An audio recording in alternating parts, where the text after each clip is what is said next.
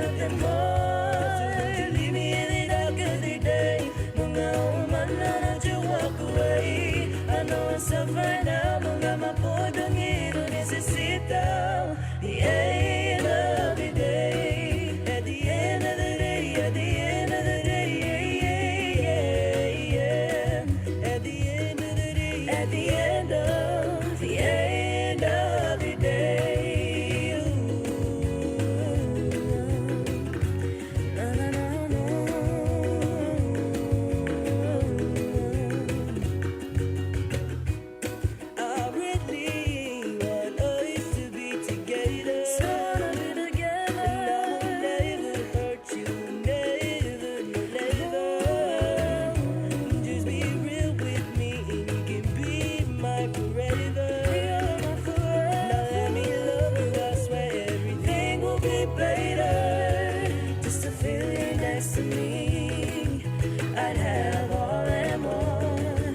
To feel your arms around me, I don't need nothing less, nothing more. Leave me in the dark of the day. Mga umana, don't you walk away. I know I'm suffering now. Mga mapodong ito necesita.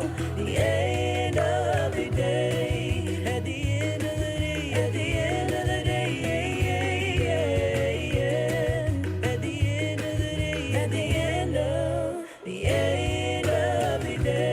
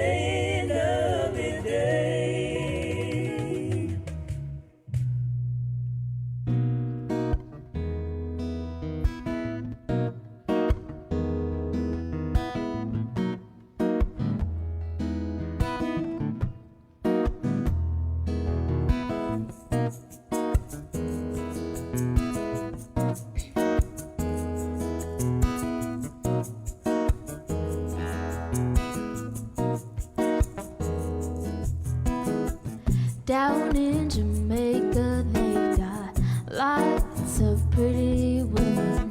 Steal your money and they break your heart. Oh, but lonesome Sue, she's in love with old Sam. Take it from the fire into the frying pan. On and on, she just keeps on trying. And she smiles when she feels like crying. On and on, on and on, on and on.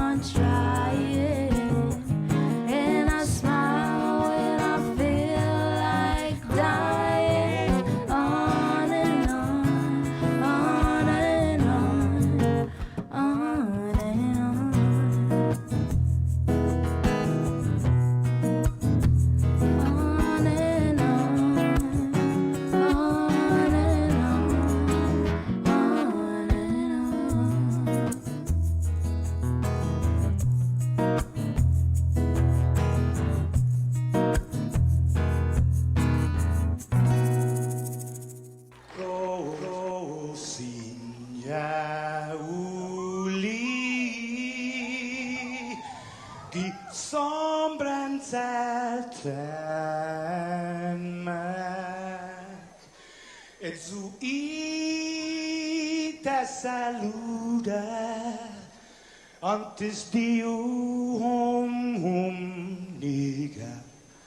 Radzauds and malak estrezas durante todo em memu.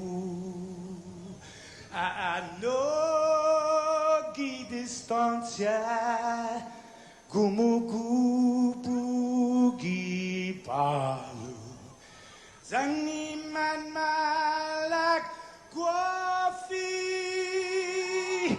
ikonum nasugi airi prebatu la noci nai banderata gaigi pues atan fani bandera kau esta pagua pumalapa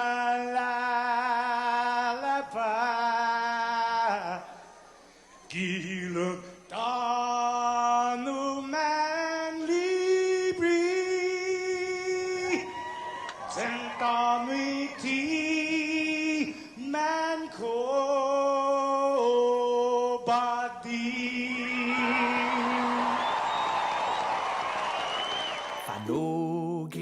Tamoru puritanota kantai matu nanyagi todu ilugat parai honra parai gloria abibais la sin parat parai honra parai gloria abibais la sin parat todo e tempo e paz para kita dan gini langit na bendition Concai piligu na fan sofuham Zeus protehis languahon Concai piligu na fan sofuham Zeus protehis languahon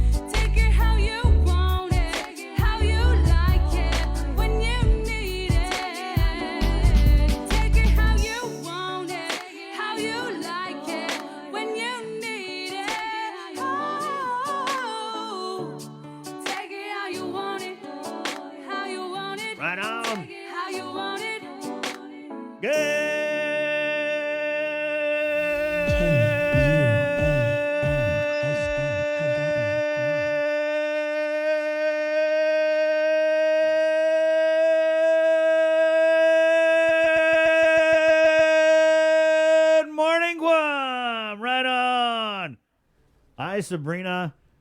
Good morning. Good morning. Good morning, Jason. Good morning, everybody. Good morning, Tuesday. It's 6:21. Alive, aloud, awake, enthusiastic. All in our places. Did you ever with... sing that in church? No, I didn't. Oh, I was like, that was something very common to church. Really? Yeah. How's it go? Alive, aloud, awake, enthusiastic, and it was like what you do in the morning, and then it's like, okay, and now turn to the Book of Matthew and. Wow. It's 6:21. Good morning. Welcome to and another one. Another episode of The Link. Just keep coming here.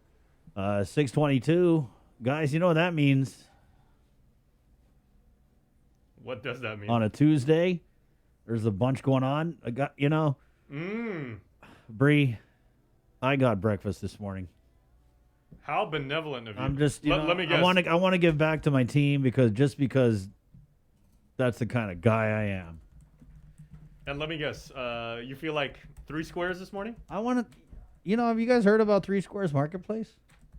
I know they got this thing they do on The Link. You guys know that show, The Link? I tend not to think about it because like the visuals and I think it's on Tuesdays. They get these treats delivered from Three Squares Marketplace. Yeah, it's on me, guys. Don't worry. Thank you. It's on me via them. Thank you, Three Squares Marketplace. I gotta say the tuna, and I'm gonna say it the way we said it when I was growing up, right? The tuna sandwich. Sandwich. Because if it's got that relish in it, it ceases to become a sandwich, and it's a sandwich. Right? That's a level up right there. No, what's interesting is I said it's got that that little delicious little bitterness to it because of the pickle. You actually said it was sweet, but it changes the taste of a tuna sandwich in delightful ways. And they have they do the turtle roll sandwiches, guys. So it was last week, right? Yeah. Jason he never eats in here. He had a tuna sandwich, and then it was paired. They have also an egg salad sandwich on the little turtle roll, guys. What? Just boom, pop that in. It was good. So I'll give you a heads up on what we're going to be having this morning. But I just wanted to start off by saying I got you guys today. Okay. Well, thank you. You're welcome. And our friends at 3 Square, they always give us something different to eat like every week. Yeah. However, that being said, if they decided to set us up with some chocolate mud pies again, repeat offender, I mean, I'm not complaining. It's in our culture to accept it, Yeah. I mean, it's in our culture. It's an obligation. It is. 6:23 Pacific Points, Cabo Enterprises, IT&E, and Jack in the Box are very proud to present this episode of The Link on a Tuesday, November 9th, 2021. We had some big news this morning that we'll cover in the news. It happened kind of like yesterday. We had the CNMI on, the CEO of the Community Health Corporation of the Commonwealth of the Northern Mariana Islands, CEO Esther Munia, and we know in the NMI they started vaccinating the 5 to 11-year-olds over the weekend. And you dared to ask the question. What's up with our effort? And lo and behold, it looks like we're starting our kid vaccinations today. Today. It's dun dun dun. It's today, yeah. So I don't know if they got Malaga when they heard, Saipan was like, oh, we started last weekend, or what happened, because it was originally slated to roll out, I think like next week or something. Mm-hmm. But hey, whatever it is, good job. The press release came out last night, or was it last night? Yeah, just before 11. 10:47. Well, wait, which press release? The one that said we're going to vaccinate your kids. Oh, we got that before the news. Okay, so it came out late yesterday afternoon, and then there's actually going to be a town hall this morning, guys. No, it's a press briefing. A press briefing on the pediatric vaccines. Thank you. Yeah. So that's going to be at 9:00, and we're going to pipe that into the link. Right. Well, this is an in-person, I believe, so we'll have to go there. All right. That's what's coming up, 6:25 on the show this morning from the Catholic schools. He's the superintendent, Father Val Rodriguez. All right. We're also getting our man, Dr. Hoa Wen of the American Medical Center. Boosters in full force. I was asking my mom, too, because, of course, my mom teaches high school, though, so the 5 to 11-year-old range, obviously, is out of her, scope of operation. But I was like, man, I know, schools have a plan, but, what are they going to, say now? And it's like, okay, well, we have to kind of... Do you suspend class for a little bit? If they're doing it in class, if they're doing it in schools, do you take all the kids that want to be vaccinated, and do they go to a particular place in the school? Or? Well, I'm pretty sure it's gonna have to involve like parental permission For sure. So and we'll get all those details during the press briefing this morning. We're also getting the State Historic Preservation Officer, Patrick Lujan, as yet another burial has been unearthed up there at the construction grounds. I'm not sure which construction grounds, but I mean, this just keeps happening every week. And so we'll get the ship on to talk about that. And Senator Tello Taitigui. And we're also, a day being a new segment today, I want to welcome FHP to our Link family of sponsors. They're going to be presenting this morning their FHP Hoffa Health Tips. So that's awesome, guys. And November is Lung Cancer Awareness Month, so we're getting Dr. Andrew Graves, a radiologist, coming on the show here to talk about that. It's Tuesday, November 9th. I want to say something too. Bree, as long as I've known you, speaking of long, I don't know if I've ever seen your hair that long. Your hair looks fantastic this morning. Thank you. It's down. Yeah, I like your blouse. I don't know. It's really flowery. What do you guys want? Cupcakes? Well, I got breakfast. Don't worry about breakfast. You know what I noticed? in We're particular taking more last down night? lunch. When you were anchoring like the news, the way you wore your hair was very fetching, I thought. So it was, you had it like all to the side and then it was curly. Okay, I was like, see, Jay's working on lunch for tomorrow. no. But it was very, very nice. But I don't think I've ever seen your hair this long. I mean, like what, maybe every 6 months or so you'll trim it, or it's pretty long now. Yeah, it is. growing. Wow. Yeah. Are you going to grow it out? Yeah. So if you want to follow Brie on TikTok, her handle is Rapunzel. Chamorro Rapunzel. Chamorro Rapunzel 671.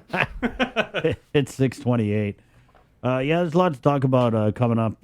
It was just at the gym this morning and talking to a friend about all this crime, drug-related crime, murders.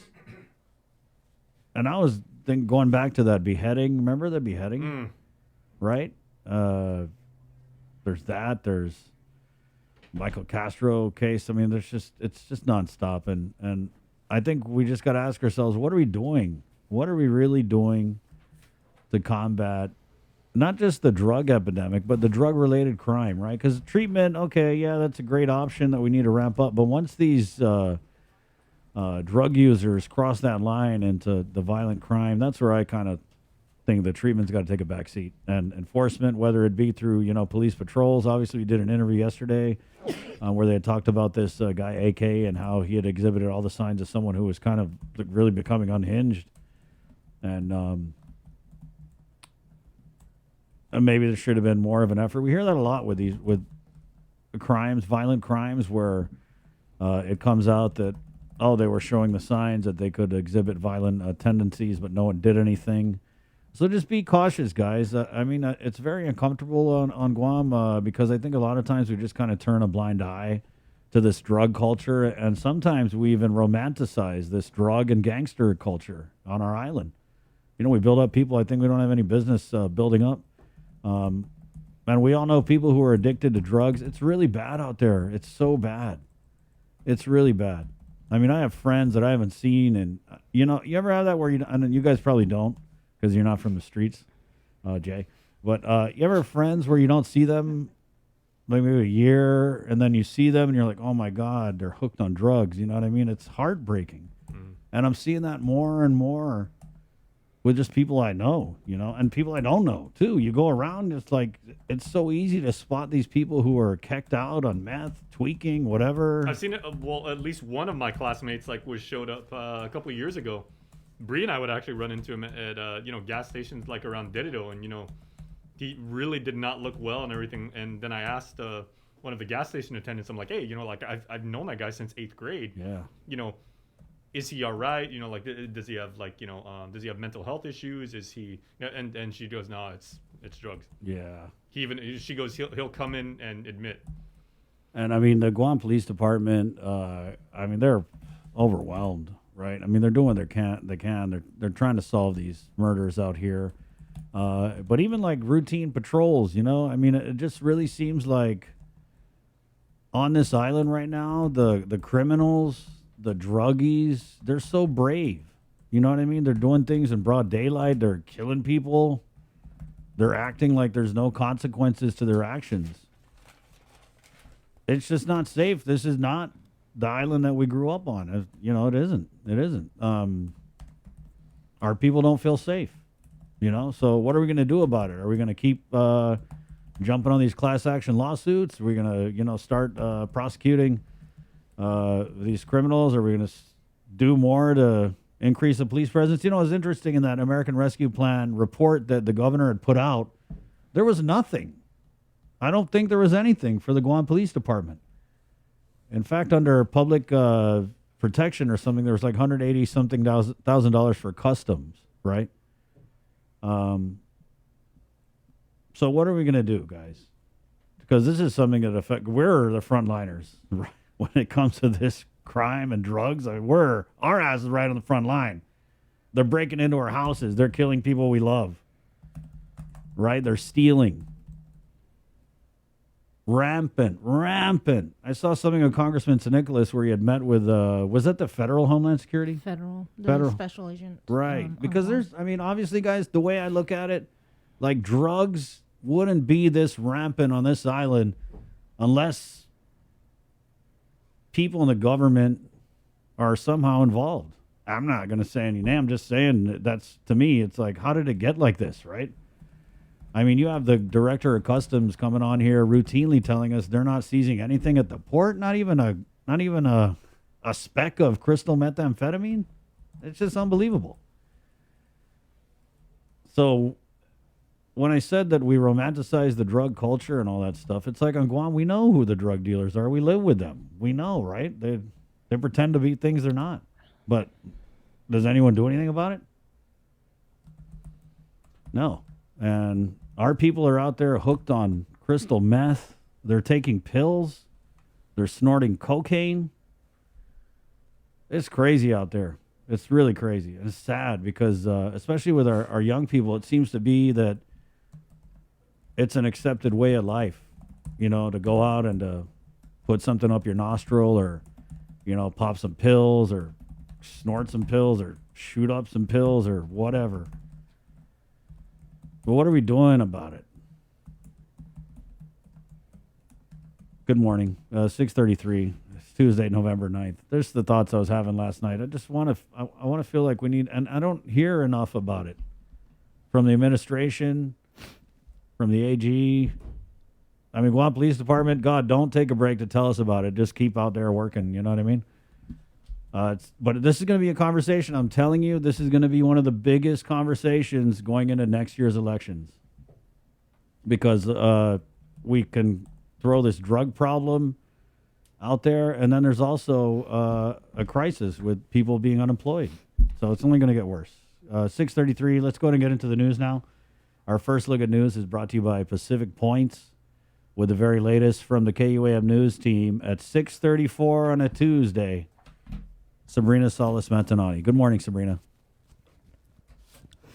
Hafaday and good morning, everyone. We'll have more on pediatric vaccines for 5 to 11-year-olds that are being offered starting today in a moment. But first, the island has recorded 2 more COVID-related fatalities. According to the Joint Information Center, this brings the total to 249 since March of last year. The 248th was pronounced dead on arrival at the Guam Regional Medical City on November 6th. The patient was a female. Her age is unknown, with unknown vaccination status and underlying health conditions. The 249th was also pronounced dead on arrival at GMH on November 6th.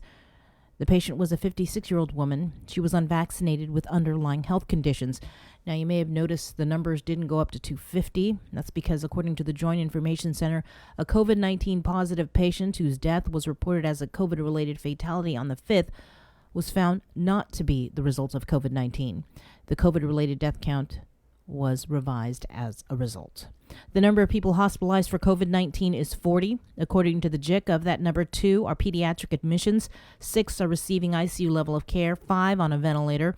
Out of the 40 patients, 17 vaccinated, 21 unvaccinated, 1 ineligible to receive the shot. Public Health also reports a total of 49 new cases from November 5th through the 7th. The new cases, one was identified through contact tracing. To date, there have been a total of 18,688 officially reported cases of COVID, with 2,636 people in isolation, and 15,803 have recovered, the CAR score continuing to drop to 7.2. As for vaccinations, a total of 124,321 eligible island residents have been fully immunized against COVID-19. As for boosters administered to date, 11,738 have been Pfizer, 4,920 have been Moderna, and 139 have been the Johnson & Johnson vaccine.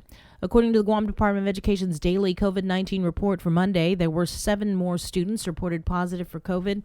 The cases were identified at Juan M. Guerrero Elementary, Marshall Sablon Elementary, Inarajan Middle School, Untalon Middle School, George Washington High School, and 2 from John F. Kennedy High School. GDOE also reports that 1 employee from MU Lujan Elementary also contracted COVID. The CNMI reports that 9 more people tested positive for COVID from both travel testing and contact tracing on November 6th and November 7th. There are now 69 active cases there, 53 of whom were found through contact tracing, 10 were identified through community testing, 6 found through travel testing. A total of 179 tests were conducted on the 7th. There are no hospitalizations. The total case count on Saipan is now 360 since March 2020. Meanwhile, an essential worker from Guam who did not follow protocol likely causes spike in COVID-19 community cases on Saipan. The news comes as kids in the NMI roll up their sleeves for vaccination.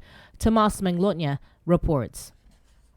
A non-compliant essential worker from Guam is linked to the recent spike in community cases on Saipan. They're supposed to just go to work, go home or go to their lodging. What we found out from this essential worker was that they were actually thinking of attending a party. And so we did, bring them back to Kanoa, and basically said that, you're done. you got to go back. But, and decided to leave right away. So, again, I cannot. The only thing I can say is that I cannot confirm, of course, because we still need to know if that was the individual. But we can confirm that the contacts were somehow connected with this individual. It's unclear if any legal action will be taken. She says the focus remains on saving lives. What we are looking at for the next step really is, basically strengthen our testing strategies also working with the contact tracing. The contact tracing is excellent. They do excellent work. And with the lab and our nurses here, really working really hard. And with schools set to reopen in the coming days, vaccine mandates also loom. Our Board of Trustees did approve the adding the COVID vaccines into the current law. The current law does require that students, if they're going to be attending school, they have to have a health certificate, and that requires that they get the vaccines that are, from measles, mumps, rubella, everything.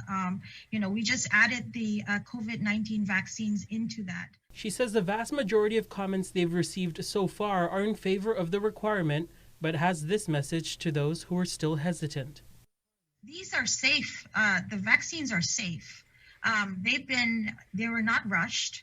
They were all tested, and there's data. Obviously, even FDA has given a unanimous approval. Let me just go back to that.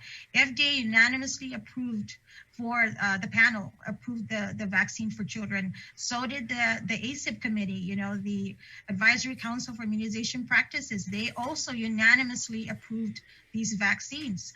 So I have no reason to doubt that. This is a Chamorro traditional way of protecting your loved ones.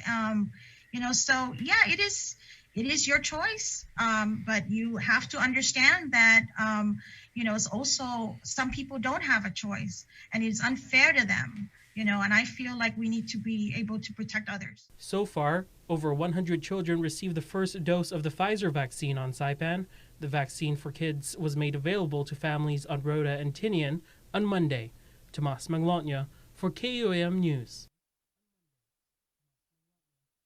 UAM News. Thanks, Tomas. And with more news now, we throw it back to our news studios with Isaiah again. This news update is brought to you by Pacific Points. Do more, get more.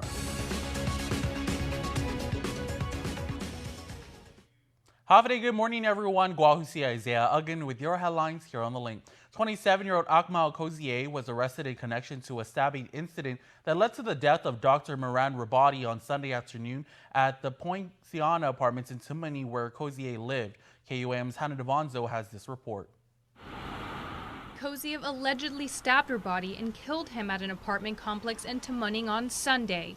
According to JJ and Francesca Ambrose, owners and trainers at Steel Athletics claim they knew Koziev well and describe him to be like family. The man that we knew was so loving, so caring, loved kids, loved our kids. I mean, he helped my daughter numerous times. He would follow her around the gym and let her do pretty much whatever she wanted. Yeah, he genuinely cared so much about the people in this gym and their well-being. I mean, this... And he loved his family. Yeah, he loved his family. I mean, he kissed his mother's feet. I mean, literally. Just, he was such a great person up until he wasn't. Koziev was a trainer at Steel Athletics for years and was let go months ago for threatening customers. The couple noticed that he was dangerous and tried warning people, including the police. It felt as if nobody took them seriously. We did everything we possibly could to warn people that AK wasn't AK anymore. He was not the guy that everyone knew from around the gym anymore. It's very hard. I mean, I know, because when you're friends with two people and those two people are on the outs, you don't want to take sides. You just kind of want to ride in the middle. But in this case, AK seriously needed help. And I think that was the problem, that people were trying to not take sides. And he seriously needed help this whole time. The couple slowly distanced themselves from Koziev, but the victim, Dr. Rabadi, who was a member at Steel Athletics for the last 4 years, allegedly remained close to Koziev. Miran was like the guy, like the one guy that was supporting him. You know, he was such a great person. You know, he was a doctor, and he was always in the gym working out and taking care of his health and fitness. He was one of those doctors that leads from the front. So to hear about him being the victim, it's such a shocker. You know, it makes no sense. Zero sense, because he was the one who was supporting AK, you know, even after he left the gym. Ambrose alleged that he was threatened by Koziev through a video just days before. He was arrested for aggravated murder, aggravated assault, use of a deadly weapon in the commission of a felony, strangulation, felonious restraint, assault, and family violence. He was booked and confined. Reporting for Guam's News Network, I'm Hannah Devonzo. Late Monday afternoon, the Guam Police Department issued a press release that, based on their investigation, the victim, 44-year-old Dr. Moran Rabadi, went to visit Akmal Koziev at his residence at the Point Siana apartments. The two went into Koziev's room and an argument ensued. Dr. Rabadi tried to leave, but according to the release, Koziev allegedly stopped him and began to choke and stab the doctor with a foreign object. The suspect's family then reportedly tried to stop him, but they were assaulted as well. When the family ran out of the apartment, the suspect allegedly again attacked the victim. Koziev, as we reported, was arrested for aggravated murder. It started in Saipan this past Saturday, and here on Guam, children 5 to 11 years of age will be able to get vaccinated started today. KUM's Daniel Perez has this report. According to Public Health spokesperson Janela Carrera, all 7,500 doses of the Pfizer pediatric vaccine are now on island. Our plan now, which we are mobilizing our team, is to begin offering pediatric COVID-19 doses vaccinations starting tomorrow. We are planning to open up our Northern Region Community Health Center, as well as our Southern Region Community Health Center, from 9 a.m. to 3 p.m. so that we can offer COVID-19 vaccinations to children ages 5 to 11. We will be sending out a link, an Eventbrite link, so that parents and guardians can schedule their appointments online and reserve that spot. But we will, of course, welcome walk-ins as well on a limited basis. In order for children to get the vaccine, all minors must be accompanied by a parent or legal guardian and provide government-issued identification to validate age. The minor's birth certificate is also acceptable. Parent or legal guardian must have a government-issued ID, and guardians must also present legal guardianship or power of attorney documentation.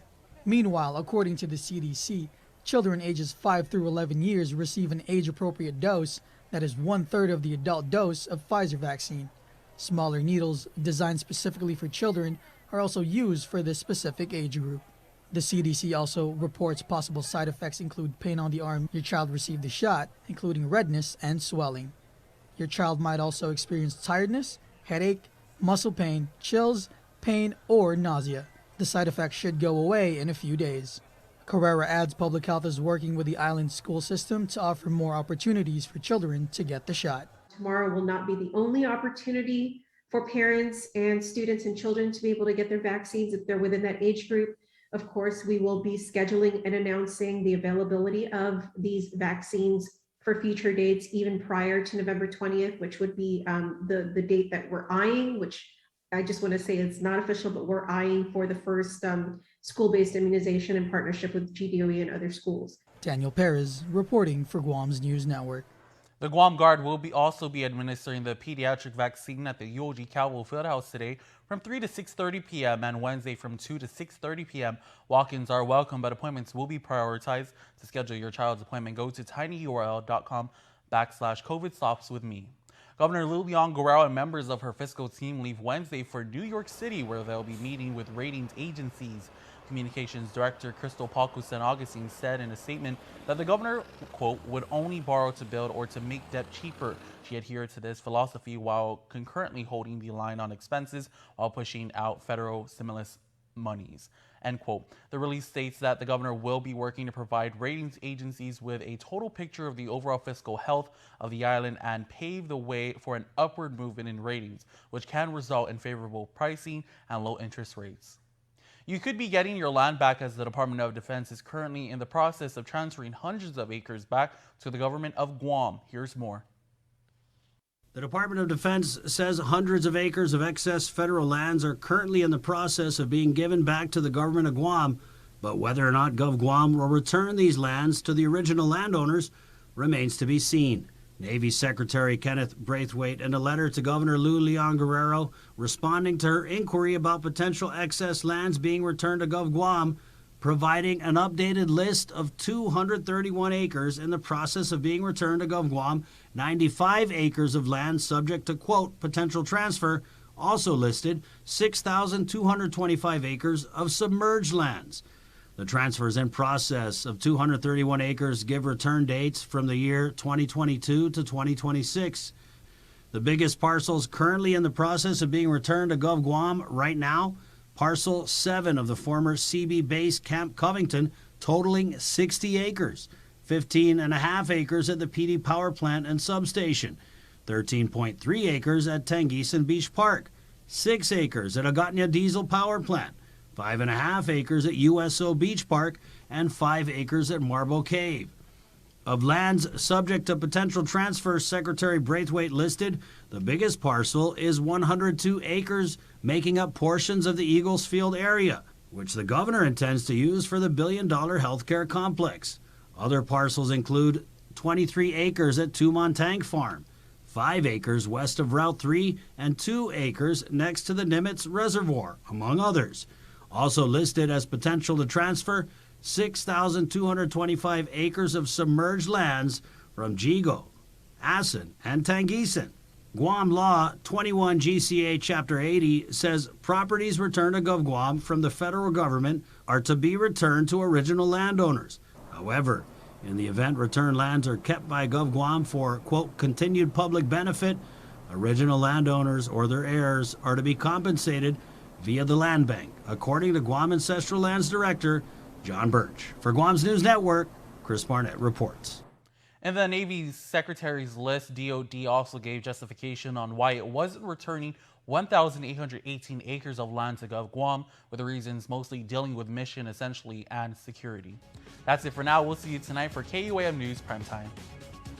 This news update is brought to you by Pacific Points. Do more, get more.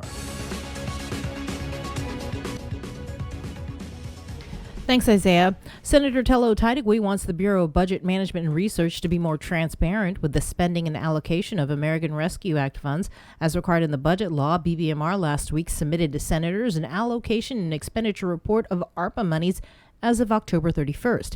Senator Taitigui reminded BBMR that the law requires that the total ARPA fund allocation should include an accounting of all ARPA funding that is yet to be discretionarily earmarked to a program or activity. The senator wrote, quote, "This pandemic has highly impacted Guam. Y Legislatura is concerned over the transparency of recovery funds and the lack of responsiveness towards providing critical information that could influence policies and budget at the local funding level.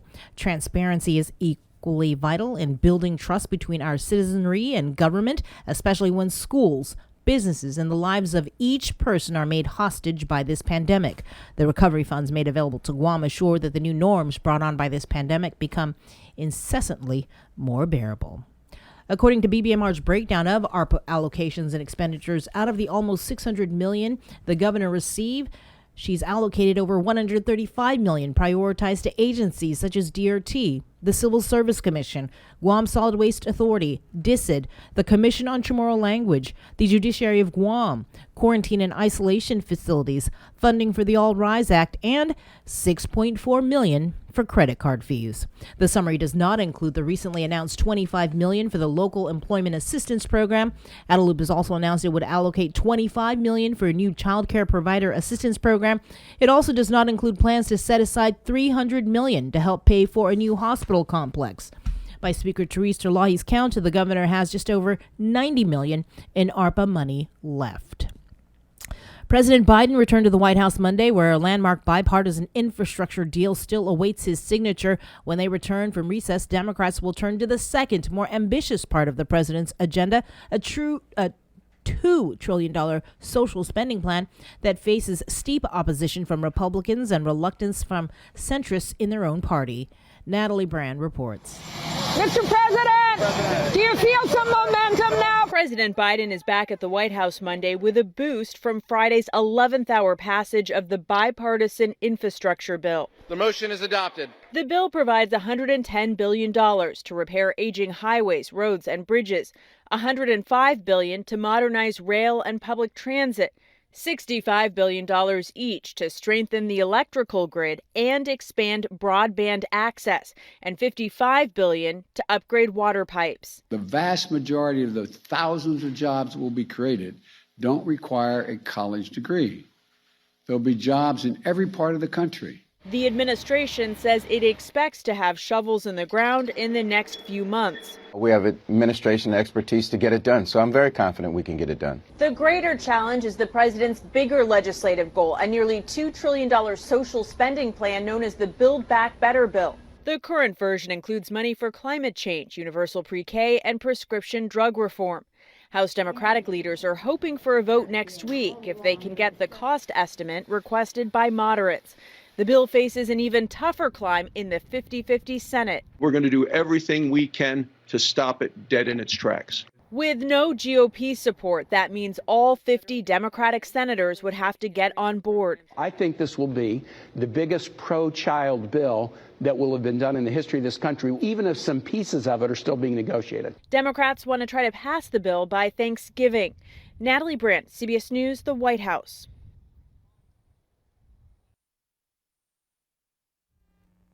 Congressman Michael San Nicolas met with Guam Homeland Security Assistant Special Agent in Charge John Duenas, during which he was apprised of drug enforcement efforts on island and opportunities to strengthen agency capabilities. The congressman says he appreciates the candid assessment provided by the Special Agent Duenas relative to federal and local drug enforcement efforts and needs, wholly focused on action necessary for us to reverse the rampant drug problem on Guam. He adds he looks forward to bringing greater federal agency support for efforts here at home and identifying more resources for our local agencies to fight the good fight for the people of Guam. Additional burials have been found at Marine Corps Base Camp Bloss. They were recently reported to the State Historic Preservation Office by the Navy. The new burials account for an estimated 15 individuals found in the area. There have been a total of 9 burials found and some 26 separate areas on base grounds where human remains, including bone fragments, have been found. According to the SHPO Patrick Lujan, this most recent discovery is located within and directly adjacent to an area already marked off to protect previously uncovered remains and confirms that it was an important place of ancient burial. Work is underway to build a monument at the 1,100 square meter site, which has been designated as an area for preservation in place, where remains will not be disinterred. They were found by archaeologists during prep work for the memorial. Local historian Tony Ramirez performed a chant at the site. Good.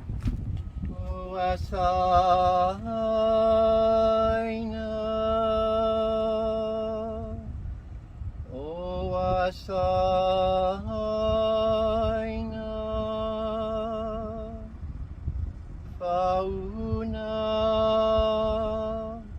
dan punten ibu Madina itano itakuan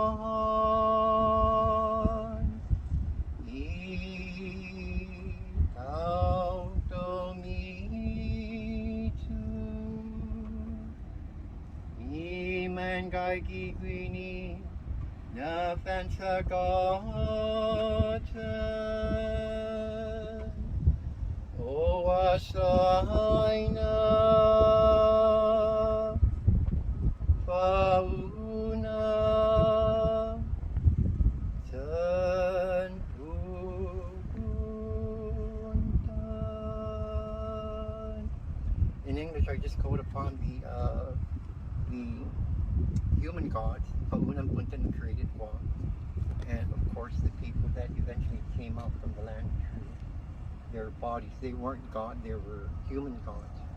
And this is why, I know we're all archaeologists starting to know that, from these people that lived in these times, the land was sacred because the land came from the body of the two human gods. And that's why when I was growing up, every single place I stepped on, I always remember Puntan and Fauna because I am stepping on their body.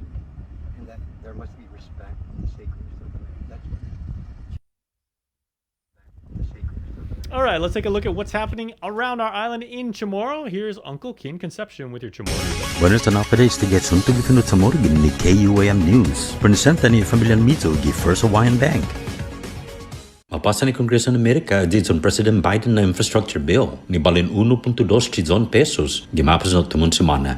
Delegadong Guahan Michael San Nicolas asangan na na bill sa natisas lapin ni Parohalom para highway fund para Guahan desde 17 milyon pesos hasta 45 milyon pesos sa lapi para manamasa dilanti broadband na serbisyo para familia siya dan sa lapi ni para najuda mas infrastructure para hanom tayo ni magiging sa Guahan. Ibiyo sa gagigi menon Presidente Biden sa mananangga profit ma. Mientras zi Build Back Better na bill sa siya magimentuzi gi Kongreso siya. Este na bill sa ninagwahapon milyon na sa lapi lokwi para isla sumano 345 milyon pesos para mahar sa nebo na hospital. Zani provisyon ni fatututsu delegado para manasano guahan sa otro siya na teritoryo ni Estados Unidos gazi Supplemental Security Income pad SSI na programa. Mas asunto imagahaga Lu Leon Guerrero sa ni membro ni Zone Fiscal Team sa profanano gimetkulis para New York City profanali sa nadisiha i-hensyan ratings. I-Direktor Komunikasyon si Crystal Pauco San Agustin at sangan na gobyerno sa pro-azaw ha pat pero na mas barato i-DB. Asan on razo na inanaw, sa sanatan ni gasto menta sa totonik huzong islapit stimulus gini federal. I-release sa mentaloki na gobyerno sa sempi o fatutsui pero fanuya hensyan rating siya tamano dupo si sa loot physical gitanota menta sa fatsalalani iparatafan manai mas maulig na rating siya irisuto sa masa favoresi gasto jantak papa na interest rate. YouTube na sunto gifinot sa moro para pago na matis gini KUAM News. Manananggay finato ni Sadang kuno na batkon Navy, jampud mit siya na Marino, ginigi islata para port call. Iguam Chamber of Commerce ang mamanay notifika, neste siya na bisita sa parofan manalibitaw hujong gi islata, mentos manggagagi gini. Di makonfirma trabiha no Navy, mas informasyon po esti. Un spokesman para Joint Region Marianas, asangan na pod operational security, di sina manaigwi informasyon pod port call sa 24 oras, tantis di fanhalom. Gisipara na artikulo, Asangan ay Pacific Command sa siyempre yung ma-issue news release. Putropa siya in Taiwan, ni parfan matutuhon na training mga ginigizagwahan. Ilingan nagwaha political implications no estinahinanaw. Sa po sensitibo mampus, is a China put masaya half an class in training para militar Taiwan gyotugato na lugar. Magkwekwenta Taiwan na ay triduty na provincial China. Para Guam News Network, Guau Sikin Conception. Yasuto ifinutsamuro sa presenta sa ninafatto ni Familia Mizo gi First Hawaiian Bank. Say hello to the First Hawaiian Bank mobile app. Want a better look at your spending? With Money Map, you can automatically create budgets and manage where your money is going.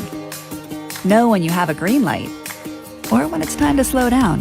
Maybe cook more meals at home this week. Set your goals, track your progress, and find your way to exactly where you want to be. With Money Map from the First Hawaiian Bank mobile app. It all starts with yes. 1 in 6 people on Guam are affected by diabetes. The terrible impact of the disease on the island has only been amplified by the COVID-19 pandemic, as many of those hospitalized and those we've lost had pre-existing underlying conditions like diabetes. As November is Diabetes Awareness Month, KUAM News has partnered with AI Health to raise awareness for this disease that affects so many of us and to showcase a number of ways to prevent, treat, and care for those with diabetes. Join us for AI Health's A Healthier You, Making Diabetes History on Guam, a multi-platform campaign on KUAM Communications, including a 6-part series on KUAM News Primetime and Weekend Edition, and our digital media platforms kicking off on World Diabetes Day, Sunday, November 14th. Daily interviews with expert panelists on the link beginning November 15th, and a special interactive town hall meeting on the link with experts from AI Health, with more information on their diabetes validation study and a new level of precision care that aims to create a healthier Guam. A Healthier You, Making Diabetes History on Guam. A look at how diet, exercise, and technological advances in disease monitoring and medical care can have a positive impact on our community. The Healthier You series on KUAM News is presented in partnership with Calvo Select Care and Paradise Fitness Center. Uno Mixed. We're mixing it up on the last Thursday of every month with a look at lifestyle, entertainment, food, and so much more on the stations, networks, and digital platforms of KUAM Communications. Uno Mixed is presented to you by Docomo Pacific, Better Together, and Pepsi. That's what I like. This year, Giving Tuesday falls on November 30th. And though our community is still facing some of the most challenging of times, there's no better time to volunteer, donate, spread awareness, and do whatever you can to help those in need. Let's continue to build a wave of generosity that creates a ripple effect for all in our community. Throughout the month of November, Team KUAM Care Force will be showcasing some of our favorite charities. To inform, inspire, and introduce you to the wonderful things these groups are doing for our community. We're also calling on you to donate to our food pantry and toy drive to benefit the Salvation Army at our KUAM studios. Any weekday between 10 a.m. and 2 p.m. starting on November 1st. Or stop by our second annual donation drive-thru event on November 30th. You can also visit our studios to sign our Kindness for Caregivers wall to show our healthcare workers our appreciation. So be a giver and join the KUAM Care Force this year in making a difference this Giving Tuesday. Giving Tuesday 2021 is presented in partnership with our community partner, APL. Better Ways. Let's get merry during the most wonderful time of the year by making spirits bright. KUAM Communications and Coast 360 want to highlight your decorations and lights by flooding the social media pages of KUAM with your videos and photos. Finish your holiday setup, snap a few shots or video of your delightful display, and send it to us through social media or email them to promotions@KUAM.com. Check out our posts every Friday or tune in to KUAM News Weekend Edition for a special montage of the submissions certain to be making spirits bright with every broadcast. Warmest holiday wishes from KUAM Communications and Coast 360 Federal Credit Union. Together, we thrive. This holiday season, we're once again bringing together the island's largest array of local vendors for a special innovative way for you to shop, broadcast, and go digital with Team KUAM. Join us on Sunday, November 28th for the annual Christmas Pops Virtual Holiday Market at 12 noon on KUAM TV8 and the KUAM News Facebook page, plus additional show times through December 11th. We'll also be featuring vendors daily with posts with QR codes and links on our social media pages beginning Monday, November 29th, and hosting an exclusive exclusive Christmas Pops website for your one-stop shopping. It's a safe and convenient way for you to shop local this holiday season. To reserve your spot, email promotions@koam.com today. Virtual space is limited. Presented by UOG School of Business and Public Administration.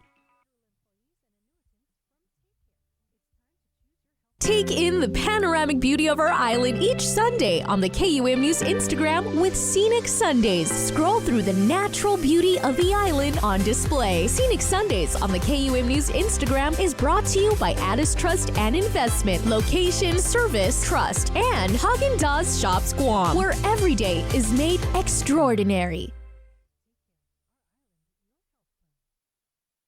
We know you're tired of hearing about COVID-19. Some of you are probably wondering whether this is ever going to end. However long it takes, we all have to do our part, including our children, to hold the line. You can protect yourself and your family by getting vaccinated. And if you're already vaccinated, don't let your guard down because you can still give and get COVID-19. And if you're not vaccinated, remember that if you catch the virus, you could suffer more severe complications. At the end of the day, it's the choices we make to protect ourselves, our families, and our community that will control the spread. We know it sounds repetitive at this point, but again, wash your hands, watch your distance, and wear your mask. Together, we have to hold the line.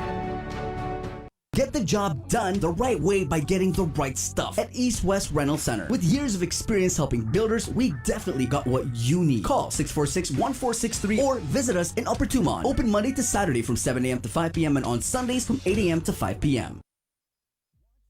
Mariana's Irrigation and Landscape Superstore. Stop on by and visit our showroom today. We offer everyday low prices on all major outdoor power equipment like bush cutters, chainsaw, power washer, generators, and more. Need service, repair, maintenance? Well, check out Guam's best superstore only at Mariana's Irrigation and Landscape, located in Barragata along Army Drive between Submarina and Besta Market. Call 735-7446 for more information. Now shipping to surrounding islands. Mariana's Irrigation and Landscape Superstore. Do you feel like you're missing out on something? Make life more rewarding with Pacific Points. Earn and redeem points for bill rebates and free load at IT&E, discounts on fuel at Shell, vouchers at Foodies, and United Mileage Plus miles. You can even pay with Pacific Points at IT&E, Shell, and Foodies. Pacific Points. Do more, get more. GU Self-Storage, conveniently located near the Harmon McDonald's. We offer affordable rates, online payments, and auto bill pay for your convenience. Plus gate access daily from 6 a.m. to 9 p.m. Call us today at 648-7867 for more information. Each morning on Breeze 93.9 FM.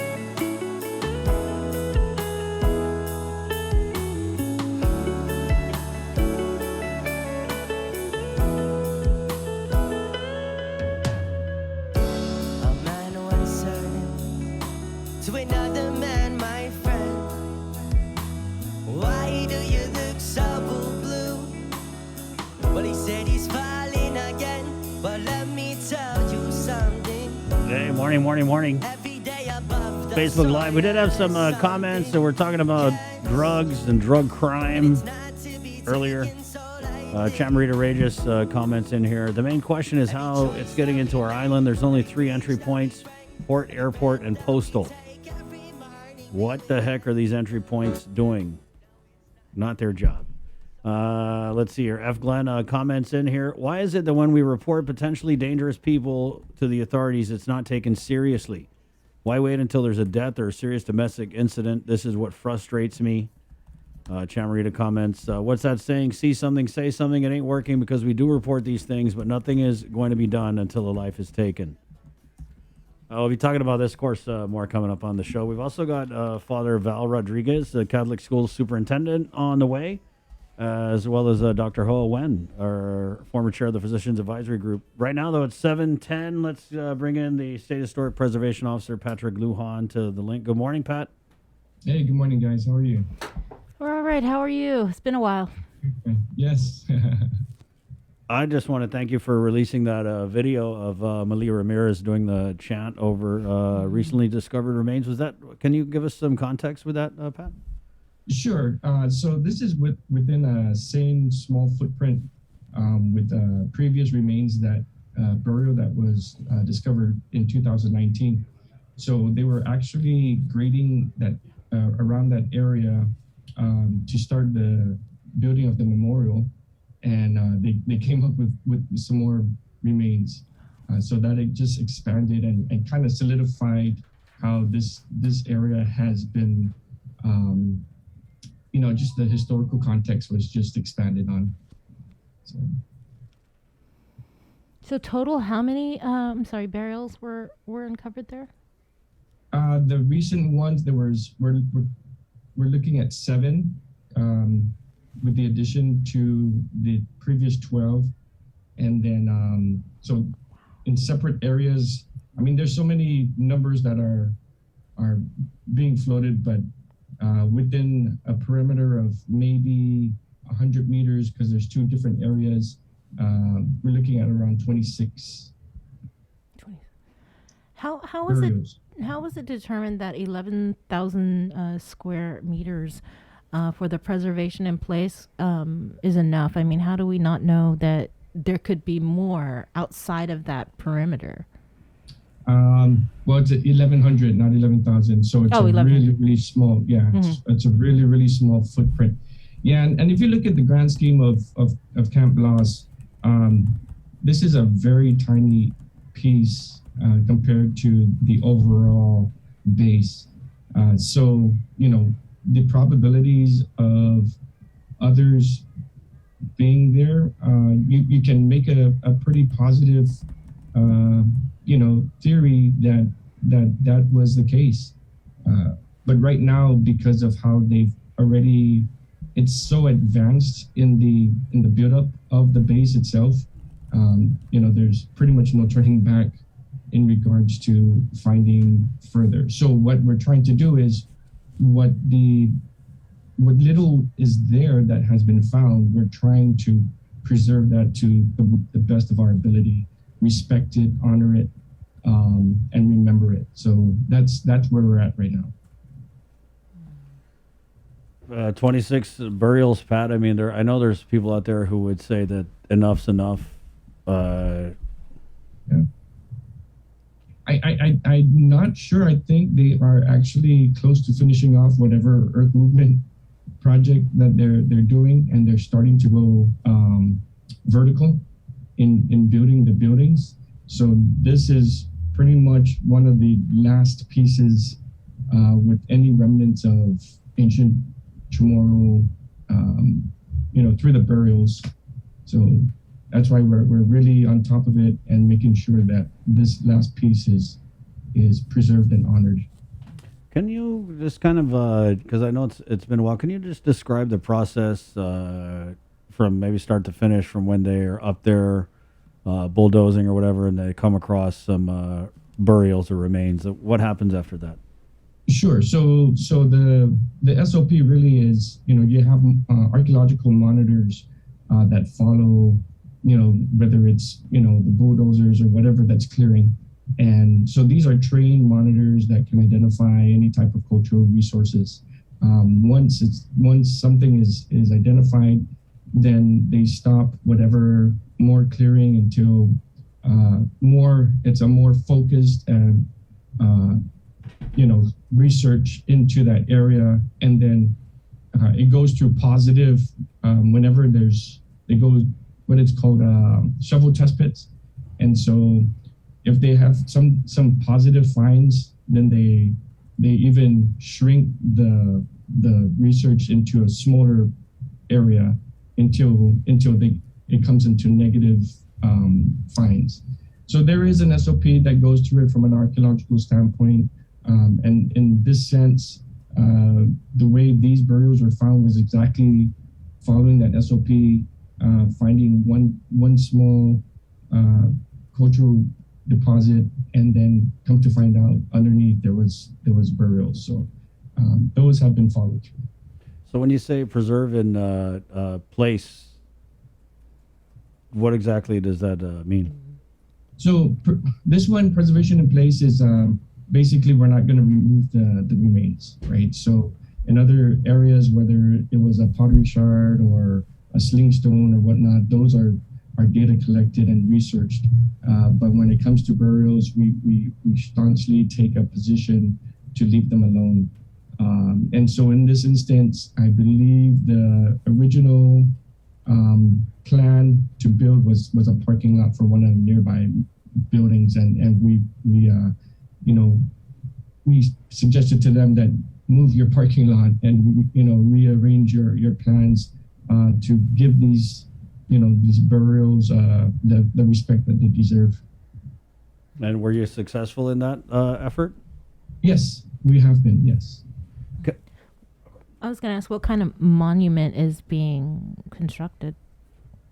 So basically, they're looking at just like a grassy area. So there's not going to be anything built on top of this area, and then there will be a depiction, or with describing what was found and how many people, and adding a cultural narrative on the sign, depicting what was there and what was the ancient Chamorro village, Sabat and Fadang, and as much information historically as we can put on that. There's a site in Fena, but it's very difficult to access. And I think since before the pandemic, I don't think you can access if you're just a regular local. So what types of access would we have, if any, upon the completion of this memorial's construction? Yeah, I'm not sure the details on that yet, but I'm sure they will have a public access program and a plan put in place for the public to come in and visit. And it's a good point, Chris, that you're talking about Fena, because I'm actually in the middle of developing a program with the Navy in partnership with the National Park Service, the local National Park Service on Guam, to have a better visitation to at least one really beautiful latte set on Naval Magazine. And so I've got that in writing from the Admiral Nicholson, and he's in support of it. We haven't brought that up in public. This is actually the first time I'm going to be discussing it, because we're in the early stages, but it's going to be a really, really neat collaboration, very similar to like how the National Park Service works with the Navy over at Pearl Harbor and the USS Missouri. So in this case, we're putting the collective minds, the expertise of the National Park Service, the expertise of the Shippo's office, and working with the Navy to have a really neat and a better, easily accessible public access program for Naval Magazine and Fena, and in particular one real beautiful latte set that our Chamorro people can visit. Wow, that's great, because I know that due to the sensitivity of whatever's stored over there at Naval Mag, it's been, because what I saw, Pat, was there's a channel, what's that channel that plays all the ads? It's some channel, but they used to have one before the pandemic. It would be call this number to arrange a tour of the Fena Latte site, right? And I did call it one time, and that's how I found out that they weren't doing the tours. But just going back to these recent burials, when you talk about they do the data collection, right, and the research and the studying, what type and how long is the duration of that that archaeological review? So the studies, it ranges anywhere between 6 to 8 months. That's pretty much the average of the time frame from findings to complete reporting. Like I said, working with us, the basic information with the burials is potential, and working with an osteologist, the gender, probably the potential age of the individual, and then what has been buried. You can pretty much make a educated guess as to the era of whether it's latte, pre-latte time. So these are looking at about 1,000 years old, 500 to 1,000 years old, since they were buried there. So you're confident that we're getting enough information out of these discoveries? At least from where I'm sitting at, we're getting the information that is needed. And like bringing Malia with us out there to the field, adding that cultural perspective, the knowledge that she has, adds historic value to what's going on. And it's not specifically just an archaeological report, which is very important, but, also bringing that human feel to it, where actually, there was life in that area and how they lived in that area, where it's, will never be the same again. So we're working all of that stuff to make sure the story is told. I'm sorry, I wanted to go back to Fena. What sort of access are we talking about? So the program that we're working with is something that's a lot clearer than the current program that they have now. I myself tried to log in and link in and as a regular citizen, and it's so hard, and so having it a lot clearer. And I always give the example of visiting the White House, right? Where a second grader can log on and apply to go visit the White House. It's that easy, right? In simplistic form.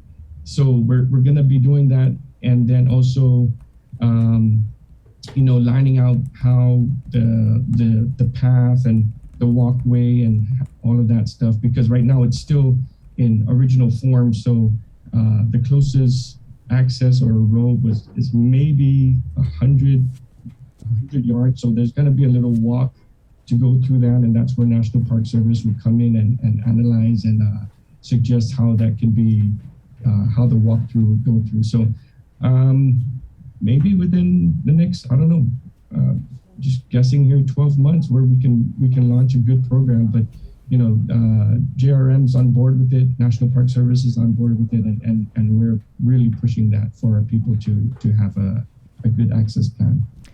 Were you able to get visit the site after you? Yes, I have. And that's why the idea came about, because it's something that, those who are really interested should have an opportunity to go visit. I mean, it's just an amazing site. And every Chamorro and everybody who loves Guam should have an opportunity to go visit. Mm-hmm.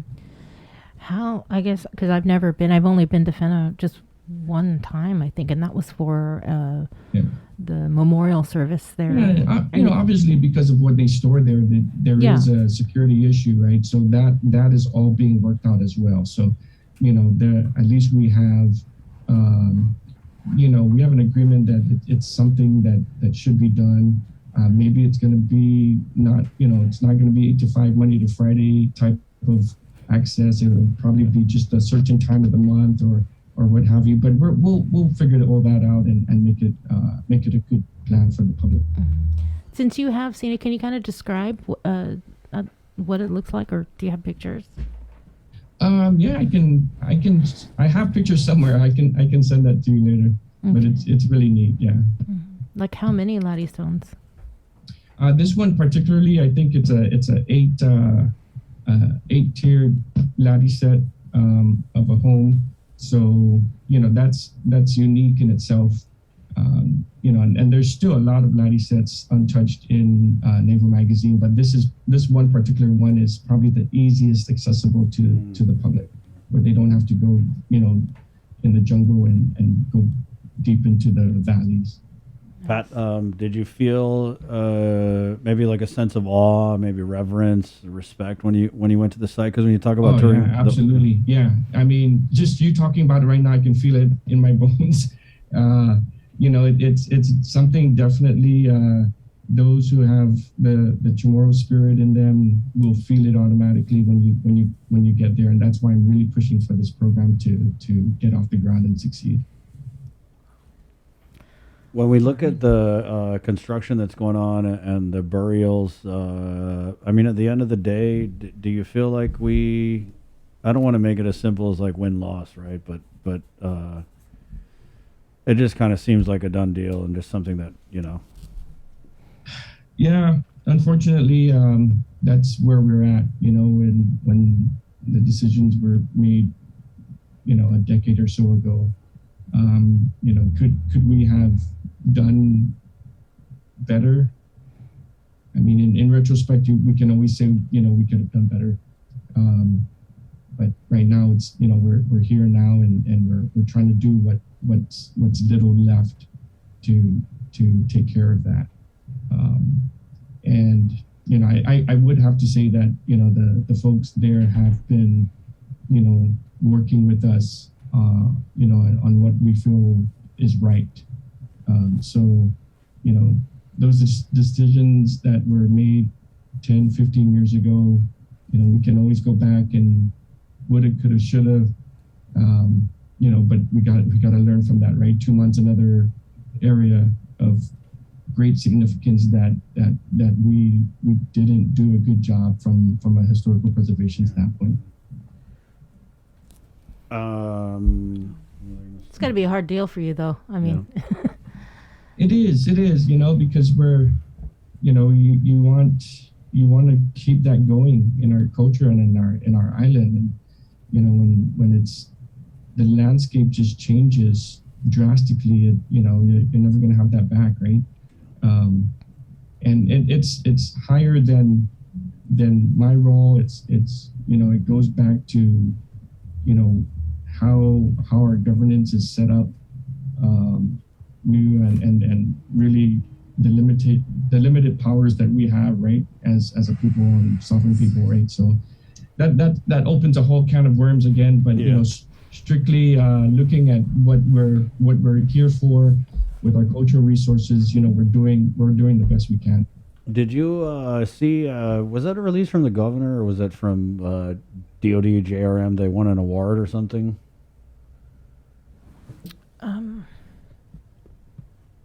Yeah, I know what you're talking about. Yeah. It was something like they had won an award for how well they're taking care of the cultural sites. Bree's gonna pop this up. I saw it somewhere. Did you know what I'm talking about, Pat? No, I don't. Yeah. Was it Camp Bluffs? I'm not sure. I want to say it was. Yeah. I don't Sorry, know Bree. where it was. I know that something was sent. Yeah.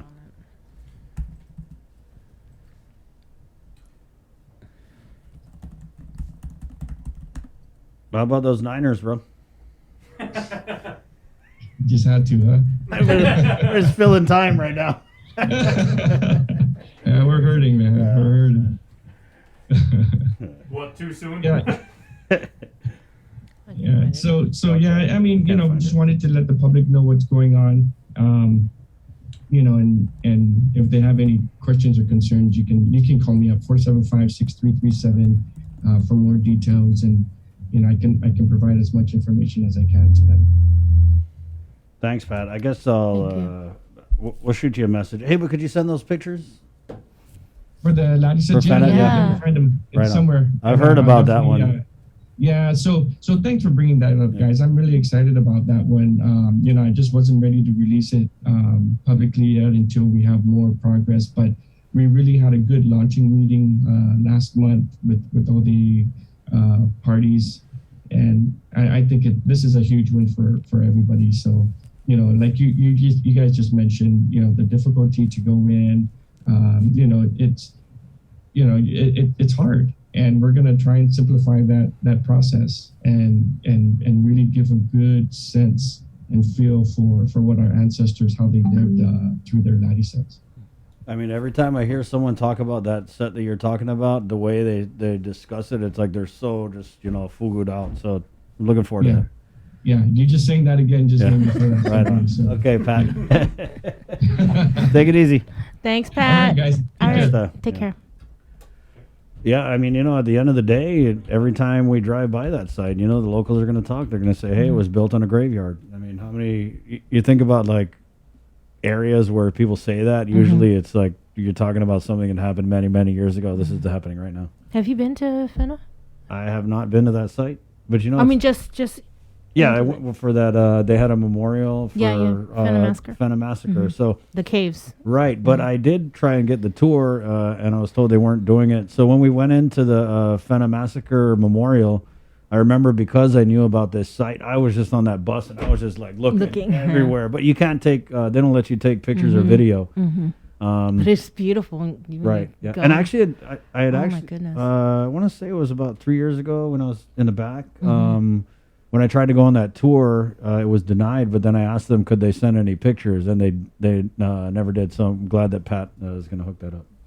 7:31, Tuesday, November 9th, 2021. We're going to take a quick break, and we're coming back with Father Val of the Catholic schools. He's the superintendent, and he's coming up next right here on The Link. Good morning. Uno Mixed. We're mixing it up on the last Thursday of every month with a look at lifestyle, entertainment, food, and so much more on the stations, networks, and digital platforms of KUAM Communications. Uno Mixed is presented to you by Docomo Pacific, Better Together, and Pepsi. That's what I like.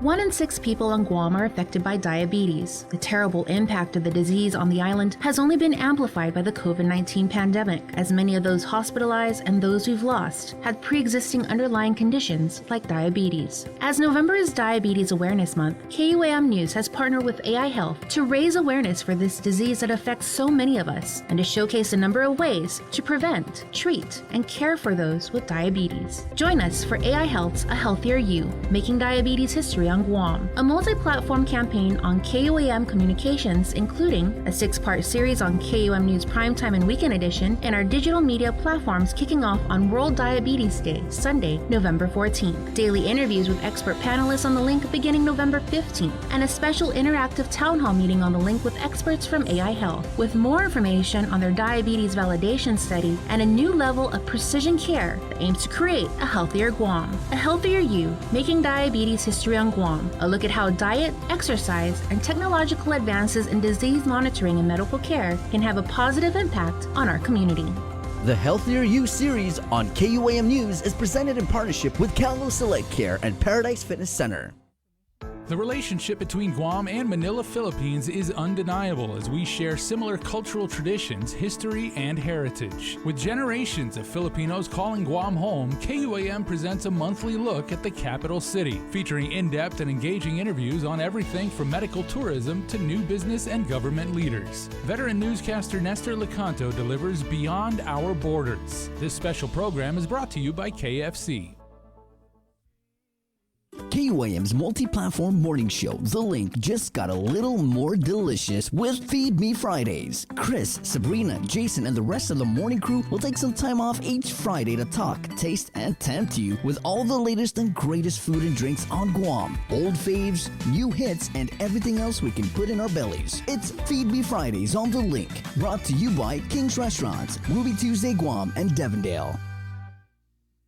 This season, KUAM Communications is ready to go with more games, more championships, and more sports specials guaranteed to bring out the fan in you. Don't miss a minute of gameplay from NBC on KUAM TV8 or from CBS on KUAM TV11. We're bringing you all the action and excitement brought to you locally by Mariana's Irrigation and Landscape and Docomo Pacific.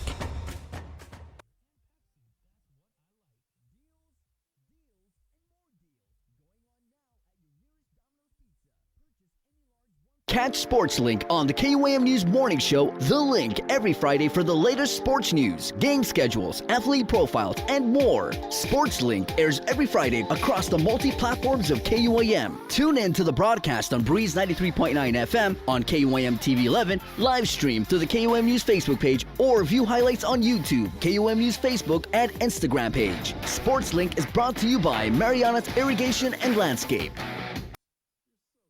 The world of television is more exciting than ever. Don't miss a minute of special presentations from NBC on KUAM TV 8 or from CBS on KUAM TV 11. Every month, we'll bring you the fun and excitement of award shows and red carpet moments, special series presentations, and other great network programs. Brought to you locally by King's Restaurant, Ruby Tuesday Guam, and Docomo Pacific, giving you more reasons to tune in and turn on. Fall in love with TV again with the best from KUAM Communications.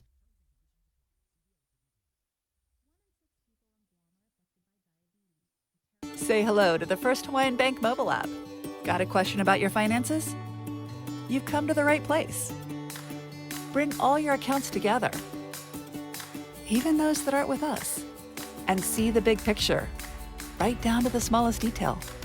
Unlock powerful tools like Insights and Money Map that help you save time and take control of your finances. When you connect accounts with the First Hawaiian Bank mobile app, it all starts with yes.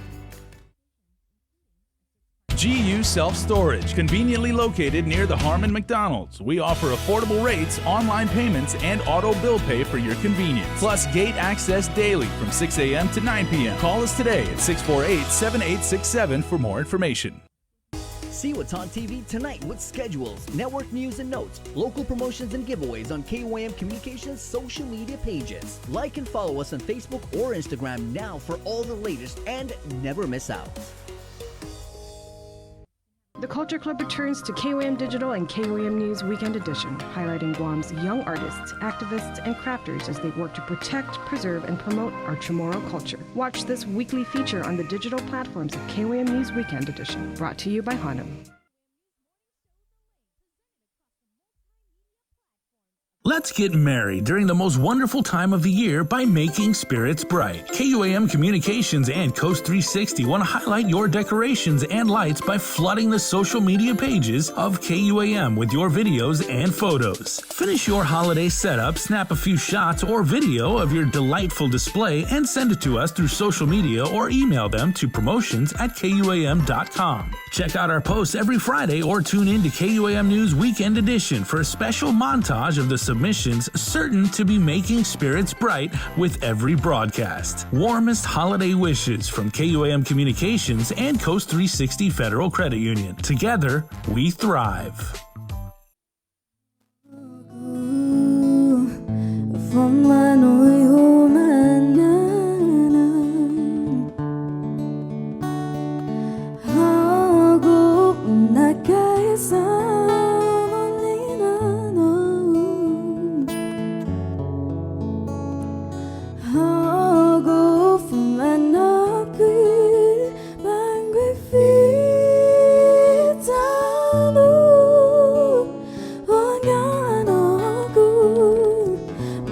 Did you guys know it's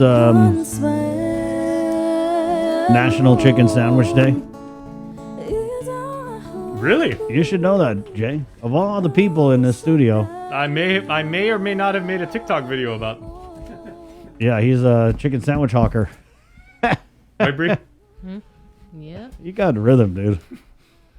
That's certainly one way to look at it. Yeah, so chicken sandwiches are all the rage now. Yeah. Everybody's got one.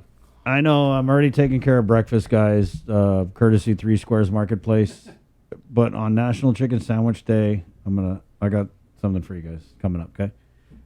It's a busy day. It's Tuesday. We're also welcoming FHP to our Link family of sponsors as they're going to be presenting this morning. And every Tuesday, the FHP Hoffa Health Tips right here on the Link. It's Tuesday, November 9th, year of the COVID 2021. Father Val Rodriguez joins us. He's the Catholic School Superintendent. In 3 days, he'll be celebrating, I hope celebrating is the right word, 1 month on the job as a Catholic school superintendent. Father Val, congratulations and good morning. Good morning, Chris. Good morning, Sabrina, Jason, Joser, and of course to all of your viewers and listeners. Thank you very much for having the opportunity to share with you regarding what we do at OCE at the Office of Catholic Education. Yes. So thank you for joining us and to give us a progress report. You've been on the job now a few weeks, right? And so yeah. Mm-hmm. So if you could just start with your assessment so far. Well, it's been I'm okay generally, but it's been a very, very busy month for me. There's so many meetings that I have to attend to. Believe me, it's like every day is composed about 2 to 4 meetings in a day. I have to read a lot of correspondences for the past months. You may know that we had only an acting superintendent, so I have to go through all the correspondences and have to respond to them. And there are just so many, many documents that I have to read. I tell you, until now, I'm still at the stage of really learning a lot of things in the office, documents to read. I always bring home with me a lot of documents to read, even late at night, just to learn things in the office. But yes, we're getting slowly there. And I have not reached that part still when I have to, personally, I think as a leader, your role really is to envision of where you want your community to go to. But of course, as of the moment, the most urgent thing for me is to just really learn how my office functions, the responsibilities that it has. So I'm still at that stage. Right. But I think when we first talked to you, you were mentioning that you were going to go around to the various Catholic schools. Did you get a chance to do that? And what were some of the concerns you heard from the different administrators? It's a little funny. When I went to the office on the first day, that's the first thing that I told my administrative assistant, to tell her that I want to visit the schools. But when I started sitting down on my office and trying to read all of those documents and reading all the correspondences, I just realized, oh boy, I cannot visit yet the schools. So I think it was too early for me to say that I will immediately visit the schools. But I have been in communication with all our school administrators for whatever concerns they have. So as of now, that's what I am doing, because there are really a lot of pending concerns at the office. I'm sure you know already with our COVID situation. Everything is just really every hour there's something to be addressed. And of course, with our grants, it's a big work that we have to really put our hours and energy into it. So those are really the urgent concerns that I have right now. Once I am settled with all of these things, I think that's the time I can go out. But I'm very happy with the reaction of the administrators when they talk to me, that they look forward to having me in their schools. Because as I was telling them, I think now that the superintendent is a priest, of course, in the past, we have lay persons to be superintendent. But of course, now that it is a priest who's a superintendent, I think really the presence, I remember when I was young, when priests and nuns would just walk around the campus and we'll be able to talk to them, have sharing with them. I think we have to revive that kind of atmosphere in our Catholic schools, just to make them feel of the Catholic identity of the school. Yeah. The governor, she's and public health, they've through her executive order, she's mandated that students, schools implement this testing plan that would require staff and students to be tested, right? And yes. And some vaccinated. What's the status of Catholic schools in terms of implementing student testing? Well, as of now, actually, I have to send out a communication to all our administrators to submit. There's already a couple of schools that have already submitted to me, at least for me to have an idea of the percentage of how many of our staff, how many of our students are already vaccinated. So we want to know the status on that, and we can move from there. I know that there's already a mandate, of course, as you have mentioned, and this morning there will be a very important meeting for us with all my other superiors. I believe it will be one of the agenda to be discussed. Mm-hmm. And this is just a meeting amongst Catholic schools, not like with public health or this is actually not we're not with the school administrators. It is just among all of us in the archdiocese. I see. Yeah. The key person. Mm-hmm. Well, with this mandate, have the schools received the test kits? Is all the staff trained at the schools to perform these tests? Well, there's a few schools who have gone through trainings regarding the testing and everything, but it is such a complicated thing. That's why I think some of our schools are really very hesitant to do all of those testings. Of course, you are aware that there are also some legal factors to be considered in. But as of now, on the side of the Catholic education, we are very thankful, and we thank Cathy Castro, Tony Diaz, and especially the FD community, Mr. Perez, and the whole school community that really does the testing for us, because they have really trained themselves for this. So our Catholic schools community, every time they need testings, and now we are rolling out, of course, the vaccination for the 5 years old to 11 years old. Again, we will be having FD to be taking care of that for our school community. Okay. When will FD be rolling out the pediatric vaccines? Well, Kathy will still have to, yesterday we had a meeting with public health. Today we have a meeting with them again. Tomorrow we have a meeting. So that's how we really try to partner ourselves with the public health and of course with the Department of Education. So we will be announcing, of course, because we are working on the time of what time will it happen, because we're looking at some factors of that vaccination, because we want, of course, pediatricians to be present when it is done. We just don't want to do it like we want to make sure it's safe for everyone. So once we have all of those details and we have already determined the time, we will let you know definitely. Right. And so I guess, are you guys providing extra personnel for FD? I mean, they still have to teach kids. Yeah, that's why we do it on a Saturday, so that those personnel that are willing to help us and are trained on our side could really do the job for us. That's why I always tell Mr. Perez and Cathy that I'm really very thankful in behalf of all the Catholic schools in the Archdiocese of Magana, because they're really, they volunteer their time and their energy and everything. And you can just imagine the preparation they make. And then after the vaccination, it's not just the actual vaccination or the actual testing. Can you imagine the deep cleaning that they do, the disinfection of the whole area and everything? So we're really very thankful to them. Mm-hmm. Do you guys get any financial support, I guess, from public health or the government to stand up these vaccination clinics and testings that you guys conduct, especially on your off time? Honestly, in the past, it's been, of course, the support of our local community, but we are working on that now. With our meeting yesterday, it looks very positive. So there might be more support from them starting this time. Mm-hmm. And we are very thankful for their openness to that. Have you been able to determine the status of expenditures for education stabilization funds?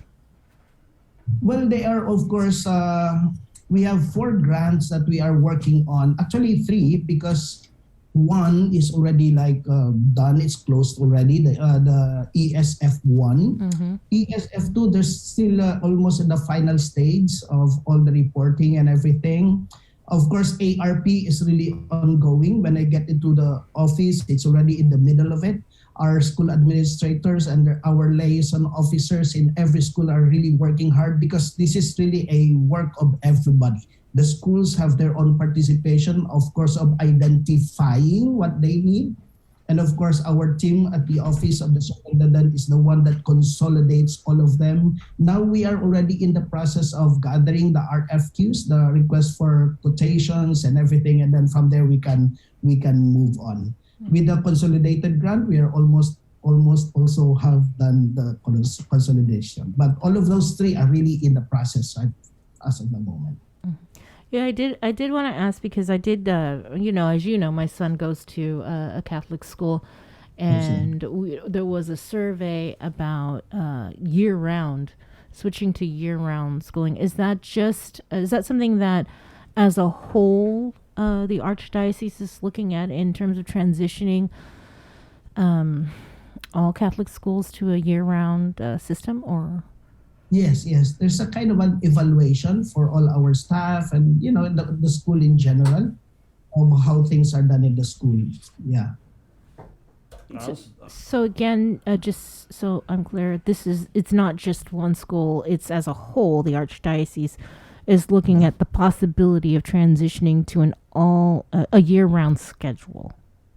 Oh, okay. Sorry, I didn't get that.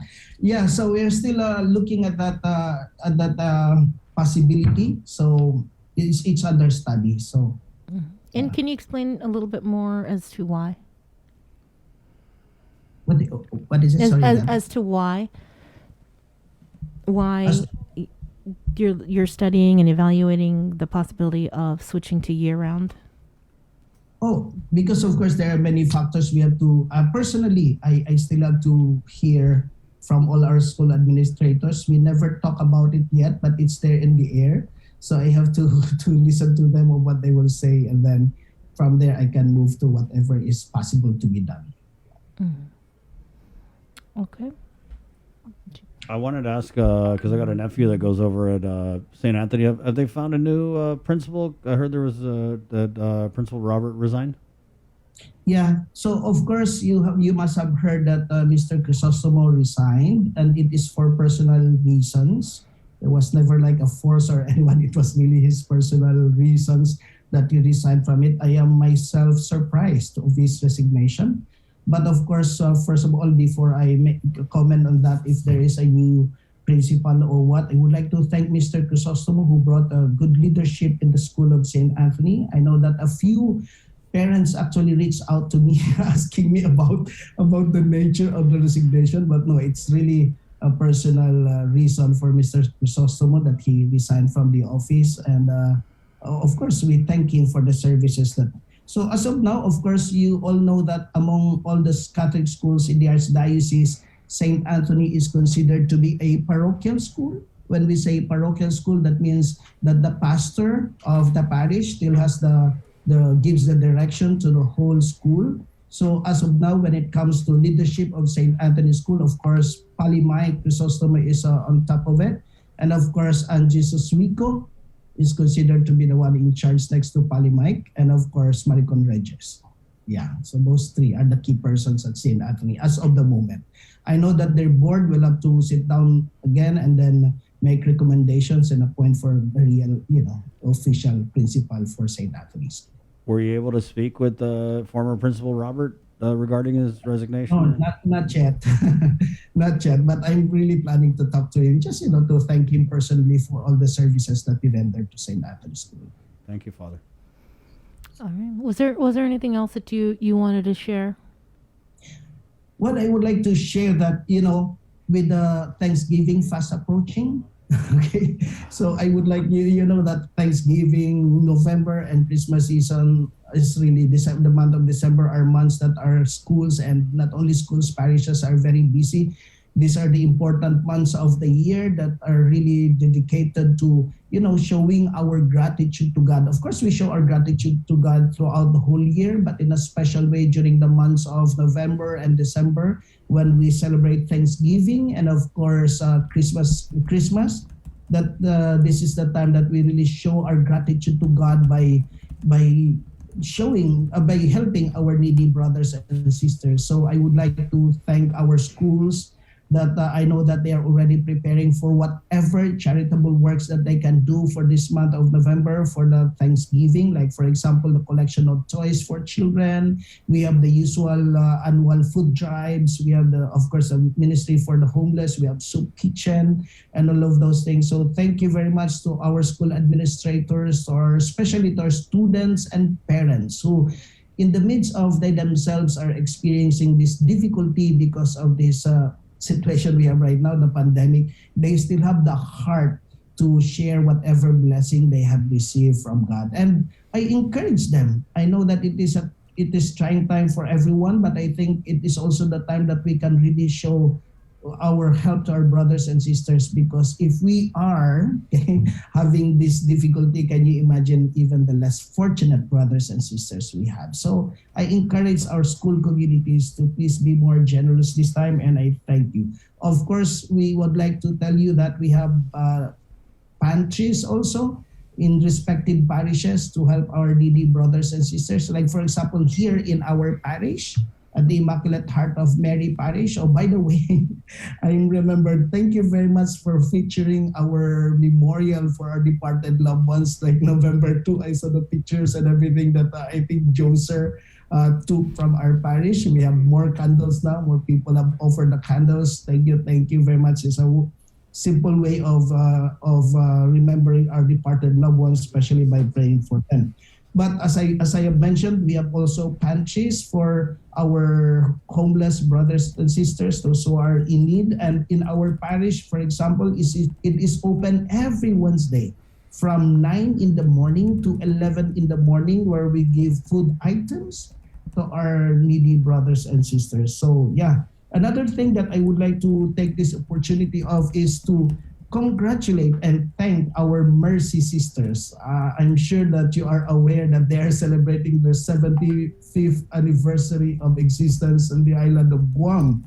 I think we must recognize that the Mercy Sisters played a very big role when we talk of Catholic education on island. There are a lot of schools, several of our schools that were started by them. We have, for example, Santa Barbara. We have St. Anthony, right? We have the Academy of Our Lady.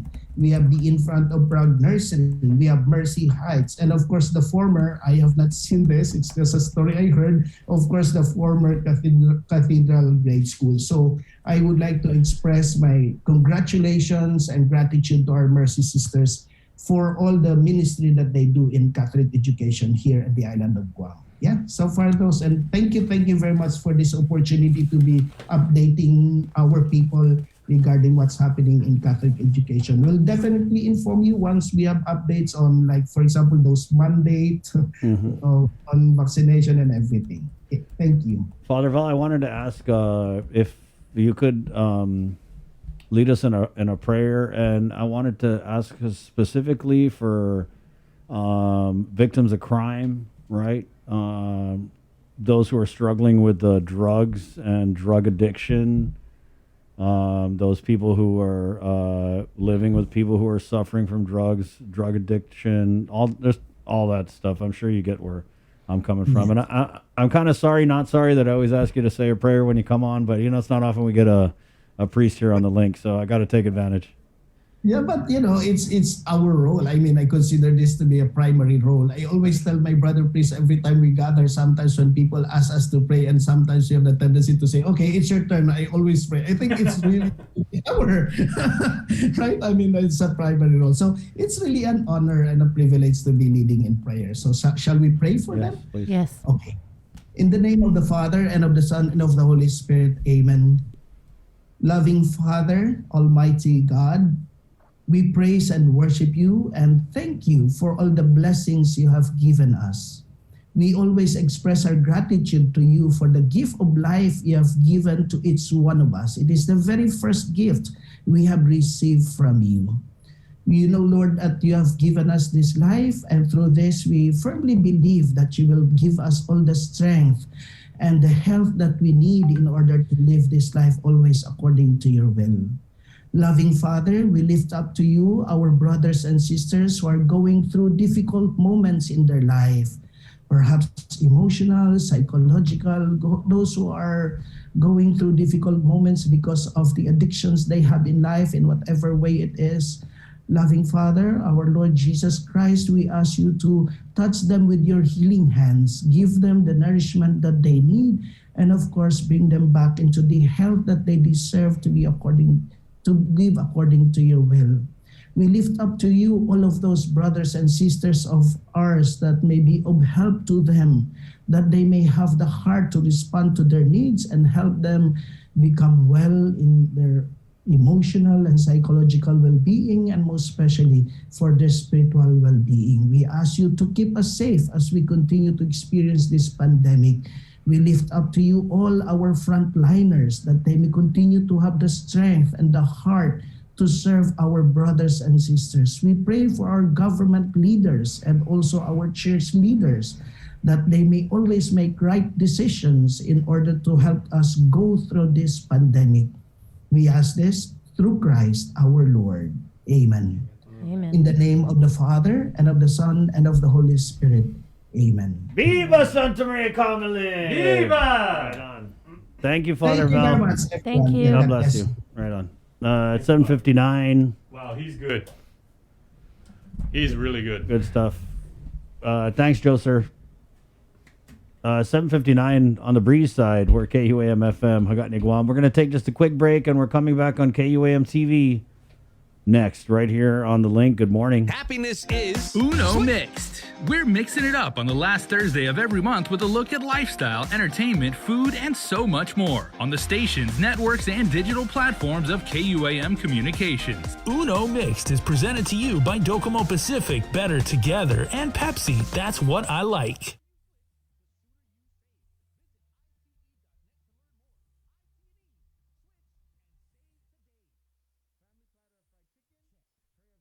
The KUAM Podcast Network is back and on demand, featuring a great variety of podcasts from our island and region, including culture, lifestyle, awareness, crime, politics, commentary, comedy, and entertainment. Available on most streaming platforms. The KUAM Podcast Network. Subscribe and listen now.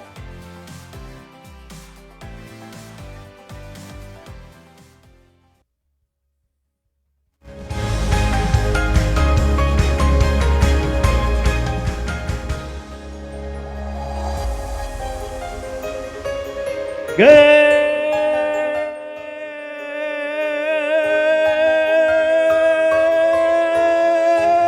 morning, Guam. Right on. Morning, Sabrina. Good morning. Good morning, Jason. Good morning, everybody. Good morning, KUAM TV. Thanks for joining us here. Miss a link, miss a lot, so don't miss it. It's 8:01 on Tuesday, November 9th. Brought to you by Pacific Points, Cabo Enterprises, ITE, and Jack in the Box. My name is Chris, and coming up on the show, we have the former Physician Advisory Group Chair, Dr. Hawaiian, Senator Tello Taitagui, and we're kicking off a brand new segment here on the link. Our friends with FHP are presenting FHP's HAFA Health Tips Lung Cancer Awareness Month. Dr. Andrew Graves, radiologist, coming on to the show here at 8:02. Let's go ahead and get right into it. Our 8 o'clock look at news, which is brought to you by Pacific Points, from the KUAM News team with the very latest. Good morning, Sabrina Salas-Mantanani.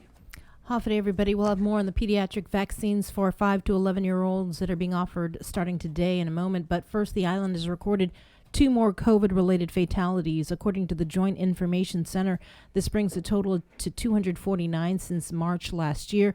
The 248th was pronounced dead on arrival at the Guam Regional Medical City on the 6th.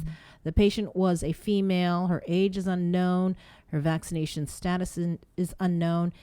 And it's unknown what underlying health conditions she had. The 249th was also pronounced dead on arrival at GMH on the 6th. The patient was a 56-year-old woman. She was unvaccinated with underlying health conditions. Now, you may have noticed the numbers didn't go up to 250. That's because, according to the Joint Information Center, a COVID-19 positive patient whose death was reported as a COVID-related fatality on the 5th was found not to be a result of COVID-19. The COVID-related death count was revised as a result. The number of people hospitalized for COVID is 40, according to the JIC. Of that number, 2 are pediatric admissions, 6 receiving ICU level of care, 5 on a ventilator. Out of the 40 patients, 17 vaccinated, 21 unvaccinated, 1 ineligible to receive the shot. Public Health also reports a total of 49 new cases from November 5th through the 7th. Of the new cases, 1 was identified through contact tracing. To date, there have been a total of 18,688 officially reported cases of COVID. More than 2,600 people are in isolation, and more than 15,000 have recovered. The CAR score continuing to fall to 7.2. As for vaccinations, a total of 124,321 eligible island residents have been fully immunized. According to the Guam Department of Education's daily COVID-19 report for Monday, there were 7 more students reported positive for COVID. The cases were identified at Juan M. Guerrero Elementary, Marshall Sablan Elementary, Inarahan Middle School, Untitled Middle School, George Washington High School, and 2 cases at John F. Kennedy High School. GDOE also reports that 1 employee from MU Lujan Elementary also contracted COVID. The CNMI reports that 9 more people tested positive for COVID from both travel testing and contact tracing on the 6th and the 7th. There are now 69 active cases, 53 of whom were found through contact tracing. 10 were identified through community testing and 6 were found through travel testing. A total of 179 tests were conducted on the 7th. There are no hospitalizations. The total case count on Saipan is now 360 since March 2020. Meanwhile, an essential worker from Guam who did not follow protocol likely caused the spike in COVID-19 community cases in Saipan. The news comes as kids in the NMI roll up their sleeves for vaccination. Tomas Menglona reports. A non-compliant essential worker from Guam is linked to the recent spike in community cases on Saipan. They're supposed to just go to work, go home or go to their lodging. What we found out from this essential worker was that they were actually thinking of attending a party. And so we did, bring them back to Kanoa, and basically said that, you're done. you got to go back. But, and decided to leave right away. So, again, I cannot. The only thing I can say is that I cannot confirm, of course, because we still need to know if that was the individual. But we can confirm that the contacts were somehow connected with this individual. It's unclear if any legal action will be taken. She says the focus remains on saving lives. What we are looking at for the next step really is, basically strengthen our testing strategies. Also working with the contact tracing. The contact tracing is excellent. They do excellent work. And with the lab and our nurses here, really working really hard. And with schools set to reopen in the coming days, vaccine mandates also loom. Our Board of Trustees did approve the adding the COVID vaccines into the current law.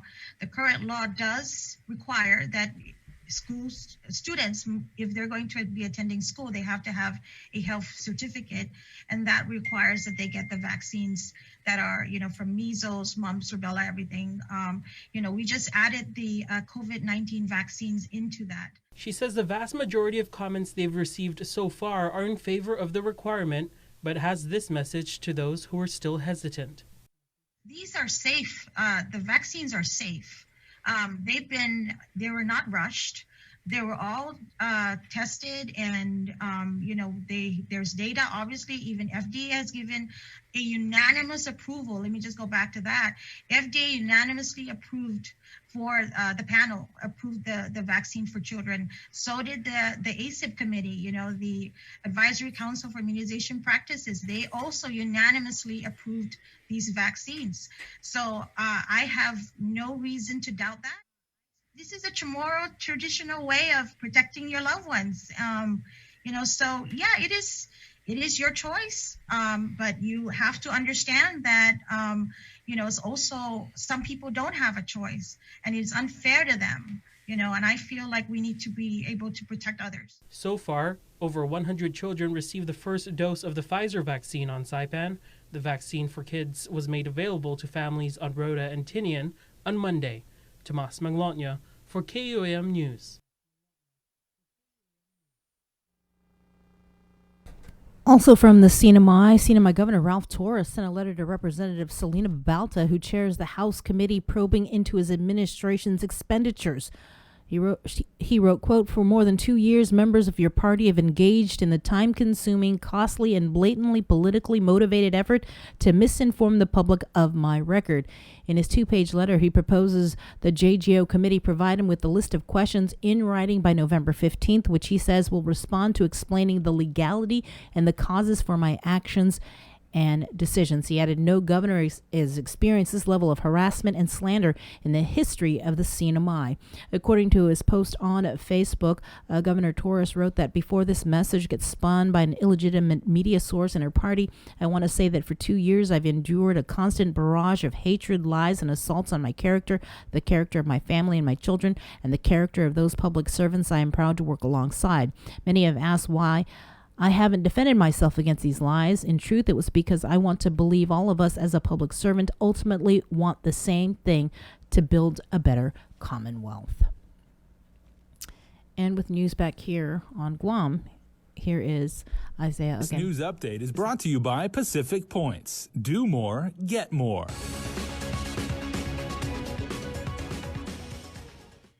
Have a good morning, everyone. Guahusi Isaiah again with your headlines here on the link.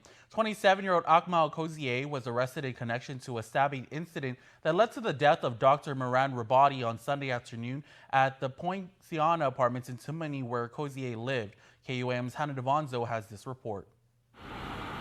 Koziev allegedly stabbed Rabadi and killed him at an apartment complex in Tumani on Sunday.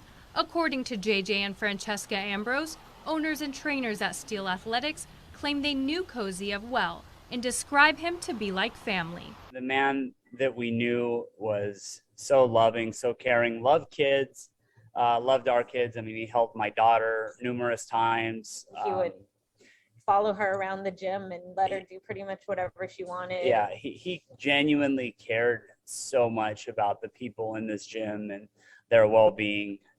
I mean, this...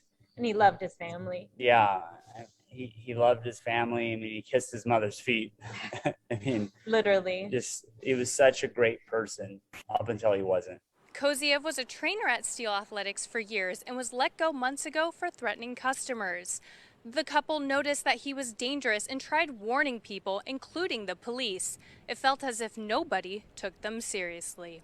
We did everything we possibly could to warn people that AK wasn't AK anymore.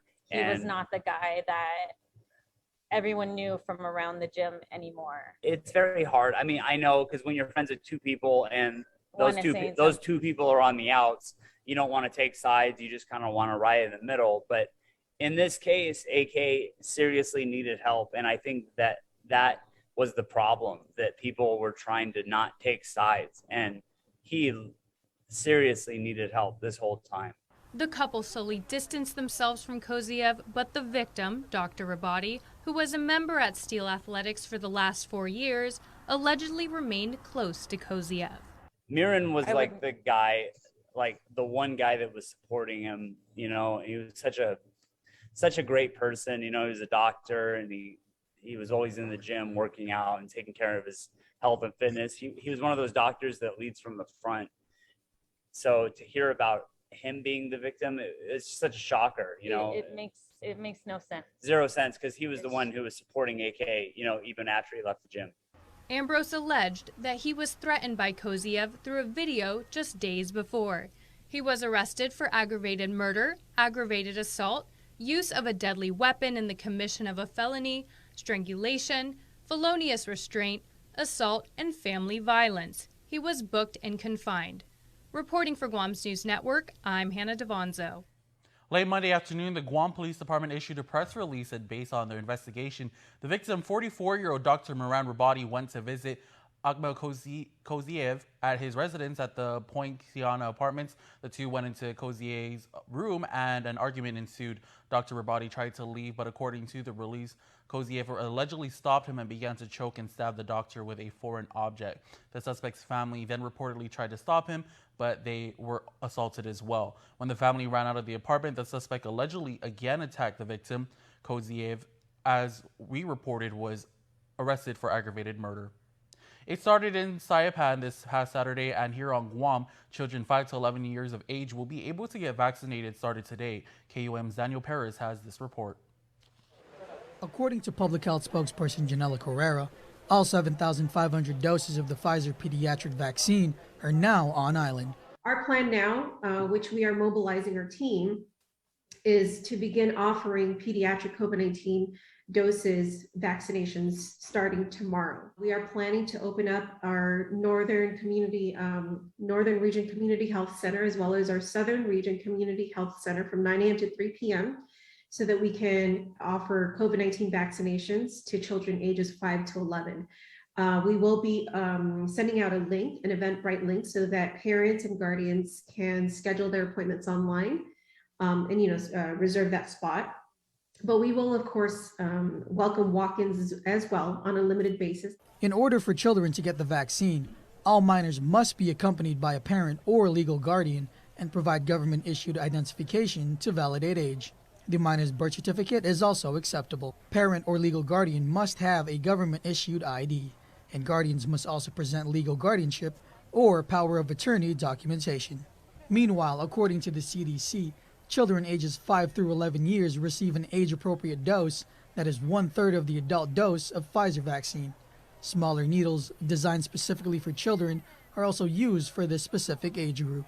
The CDC also reports possible side effects include pain on the arm your child received the shot, including redness and swelling. Your child might also experience tiredness, headache, muscle pain, chills, pain, or nausea. The side effects should go away in a few days. Carrera adds public health is working with the island school system to offer more opportunities for children to get the shot. Tomorrow will not be the only opportunity for parents and students and children to be able to get their vaccines if they're within that age group. Of course, we will be scheduling and announcing the availability of these vaccines for future dates, even prior to November 20th, which would be the date that we're eyeing, which I just want to say it's not official, but we're eyeing for the first school-based immunization in partnership with GDOE and other schools. Daniel Perez reporting for Guam's News Network. The Guam Guard will also be administering the pediatric vaccine at the UOG Cowell Fieldhouse today from 3 to 6:30 p.m. and Wednesday from 2 to 6:30 p.m. Walk-ins are welcome, but appointments will be prioritized. To schedule your child's appointment, go to tinyurl.com/COVID-stops-with-me.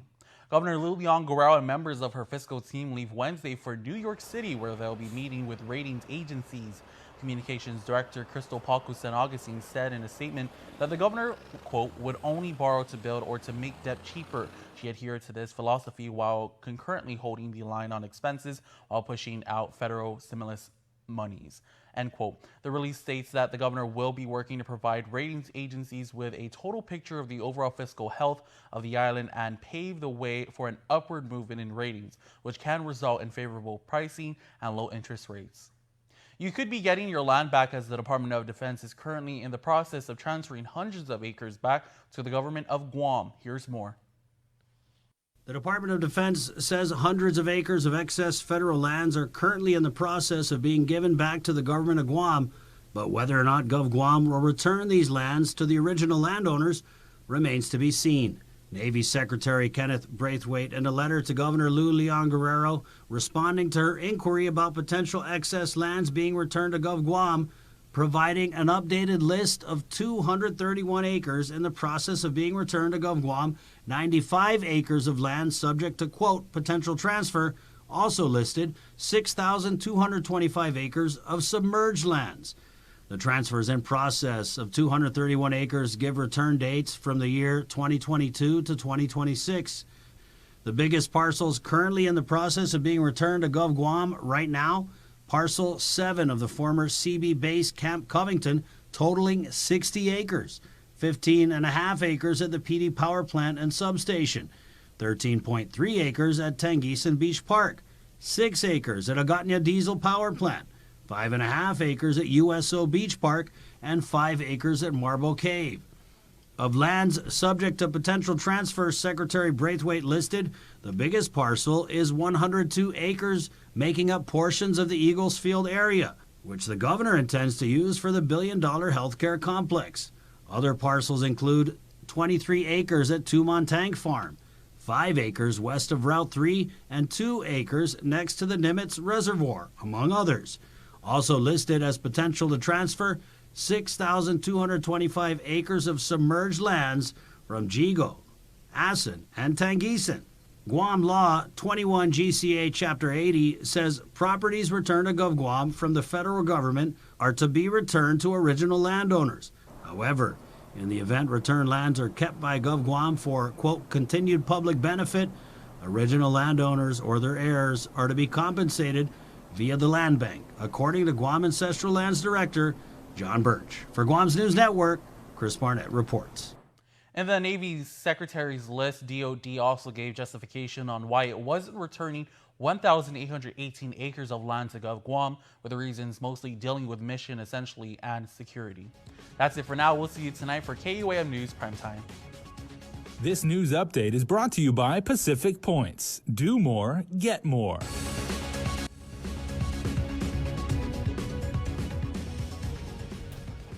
Senator Tello Taitigui wants the Bureau of Budget Management Research to be more transparent with the spending and allocation of American Rescue Act funds.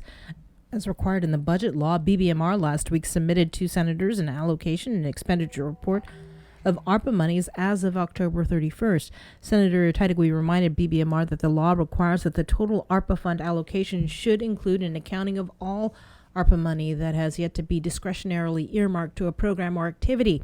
The senator wrote, quote, "This pandemic has highly impacted Guam. Y legislatura is concerned over the transparency of recovery funds and the lack of responsiveness towards providing critical information that could influence policies and budget at the local funding level. Transparency is equally vital in building trust between our citizenry and government, especially when schools, businesses, and the lives of each person are made hostage by this pandemic. The recovery funds made available to Guam assure that the new norms brought on by this pandemic become incessantly more bearable." According to BBMR's breakdown of ARPA allocations and expenditures, out of the almost $600 million the governor received, she's allocated over $135 million prioritized to agencies such as Rev and Tax, the Civil Service Commission, the Guam Solid Waste Authority, DICID, the Commission on Chamorro Language, the Judiciary, quarantine and isolation facilities, funding for the All Rise Act, and $6.4 million for credit card fees. The summary does not include the recently announced $25 million for the Local Employment Assistance Program, that's LEAP. Adelup also announced it would allocate $25 million for a new child care provider assistance program. It also does not include plans to set aside $300 million to help pay for a new hospital complex. By Speaker Therese Terlahi's count, the governor has just over $90 million in ARPA money left. President Biden returned to the White House Monday, where a landmark bipartisan infrastructure deal still awaits his signature.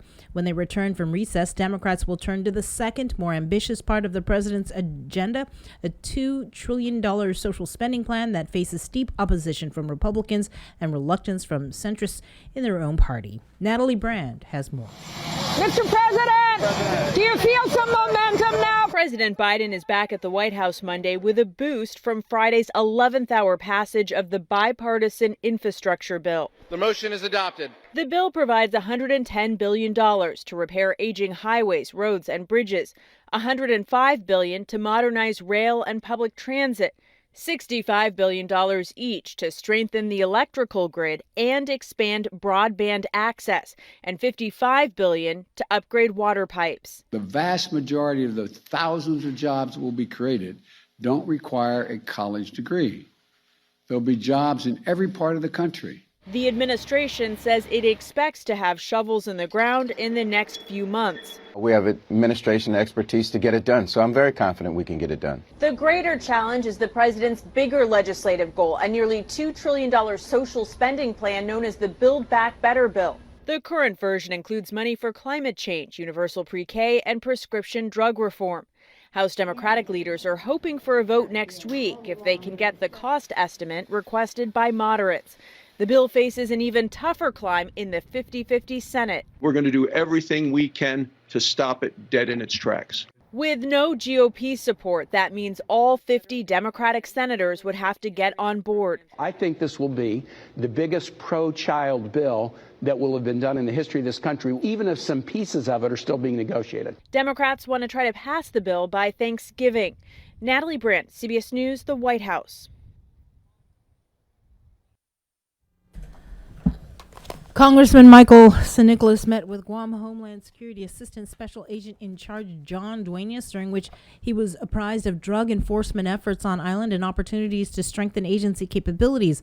The congressman says he appreciates the candid assessment provided by SAC Duenas relative to federal and local drug enforcement efforts and needs, wholly focused on action necessary for us to reverse the rampant drug problem on Guam.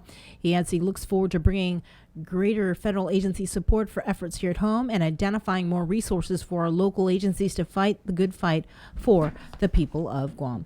And joining us now in studio, we've got Tomas Manglotnia. Tomas, you have some really big news from Scotland? Yes, the Sinamai House of Representative Sheila Babauta from Saipan introduced former President Barack Obama before his international address just hours ago at the UN Climate Change Conference in the UK. And we got an exclusive interview with Representative Sheila Babauta that we'll share on primetime, but wanted to show the clip of her introducing former President Obama and former President Obama thanking her for her work.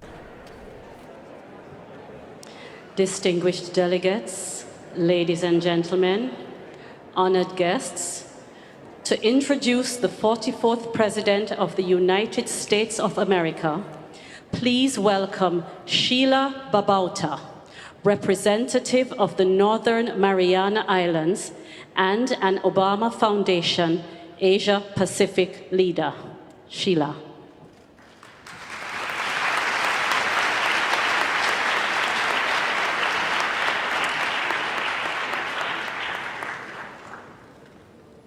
Hafaday, Tiro, Casalelia Menko. My name is Sheila Jack Babauta, daughter of Diego Regis Babauta and Dolorina Wilbacker Jack Babauta. I was born and raised in the Mariana Islands on an island called Saipan, next to the Marianas Trench, the deepest point of the world's ocean.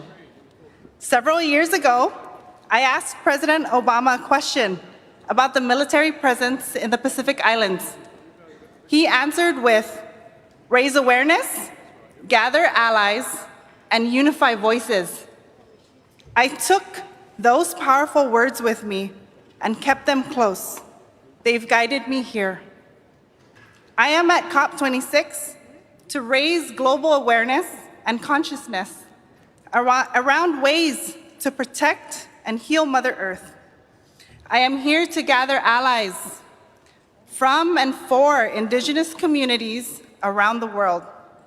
As the first stewards of the land and ocean, our traditional knowledge can guide the way. Altogether, we hold the keys to solving the issues of militarization, climate change, and climate colonialism. We are not passive victims. And I am here to amplify the voices of those who live on the front lines. On my island, storms are now unpredictable and frequently turn into super typhoons, strong enough to impact our economy, destroy homes, and create fear at the very sound of wind gusts and heavy rain, all while our shoreline continues to disappear. As a son of the Asia Pacific, President Obama understands how Indigenous people are the keepers of the land and that we are deeply connected to it.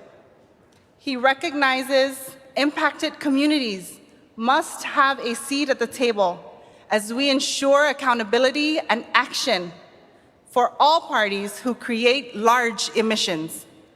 Young people must do and are doing our part as well.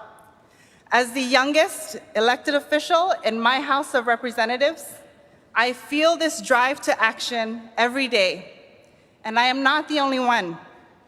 As President Obama told us at our gathering of Obama leaders, we are the ones we've been waiting for.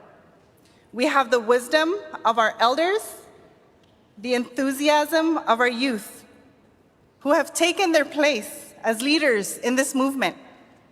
We must recognize and respect this leadership and see it for the renewable resource that it is.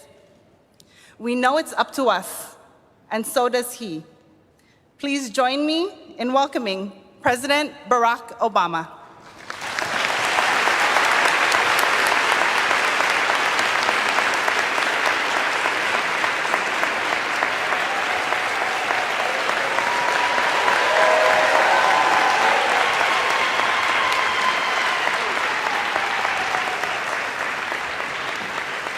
Thank you so much. Thank you. Hello, Glasgow. Thank you very much. Thank you. Please. Well, it is wonderful to be back in the UK. It is, let's face it, wonderful to be traveling anywhere these days. And thank you, Sheila, for that outstanding introduction and for all the work that you are doing in a part of the world that is feeling the effects of climate change right now. Thank you for making what sometimes can seem a bunch of abstract numbers painfully, immediately real. So we're very grateful for her.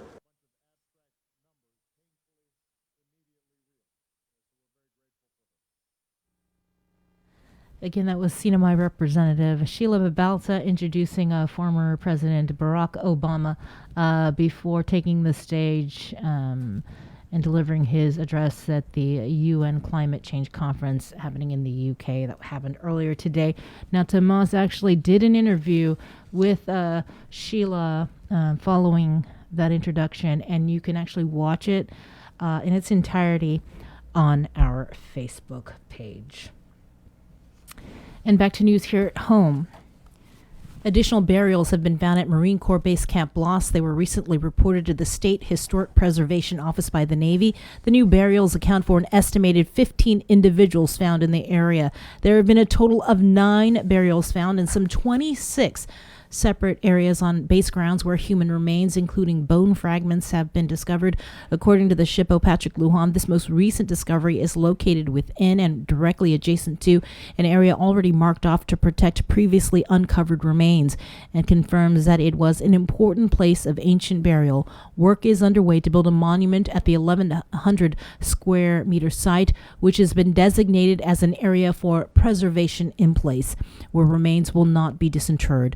They were found by archaeologists during prep work for the memorial. With your news in Chamorro now, here is Kin Concepcion. Buenas updates to get some to be kunut sa morgan ni KUAM News. Presenta ni Familian Mito gi First Hawaiian Bank. Mapasa ni Kongreso ng Amerika dito President Biden na infrastructure bill ni balin 1.2 trilyon pesos gimapos na tumun semana. Delegadong Guahan Michael San Nicolas asangan na na bill. Sa natisas lapin ni Parohalom para Highway Fund para Guahan, 17 milyon pesos hasta 45 milyon pesos sa lapi para manamar sa dilanti broadband na serbisyo para familia siya. Diyan sa lapi ni para natuda mas infrastructure para hanom tayo ni magiging sa Guahan. Ibiyo sa gagigi menon Presidente Biden sa mananangga pro FINMA. Mientras zi Build Back Better na bill sa siya magimentuzi gi Kongreso siya. Este na bill sa ninagwahapon midzon na sa lapi lokwi para isla sumano 345 milyon pesos para mahar sa nebo na hospital. Diyan ni probisyon ni Fatsututu delegado para manasano guahan sa noto siya na teritoryo ni Estados Unidos gazi Supplemental Security Income para SSI na programa. Mas asunto, imagahaga Lu Leon Guerrero sa ni membro ni Zone Fiscal Team sa Profanano Gimetcules para New York City. Profanali sa nadisiha i-ancient ratings. Idirektor Komunikasyon si Crystal Pauco San Agustin at sangan na gobyerno sa Pro-Azo ha para na mas barato i-DB. Asan on razo na inanaw, sa sesanatan ni gasto menta sa totonik huzong islapit stimulus gini federal. I-release sa mentaloki na gobyerno sa sempi o fatutsui pero fanuya hensyan rating siya tamano dupo si sa loot physical itanota menta sa fatsalalani iparatafan manai mas maulig na rating siya irisuto sa masa favoresi gasto jantak papa na interest rate.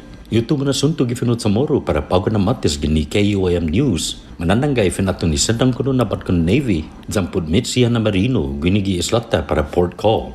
Iguam Chamber of Commerce sa mamanay notifika. Neste siya na bisita sa parofan mana libitaw hudzong gi islata mentos manggagagi gini. Di makonfirma trabiha nui Navy mas informasyon po esti.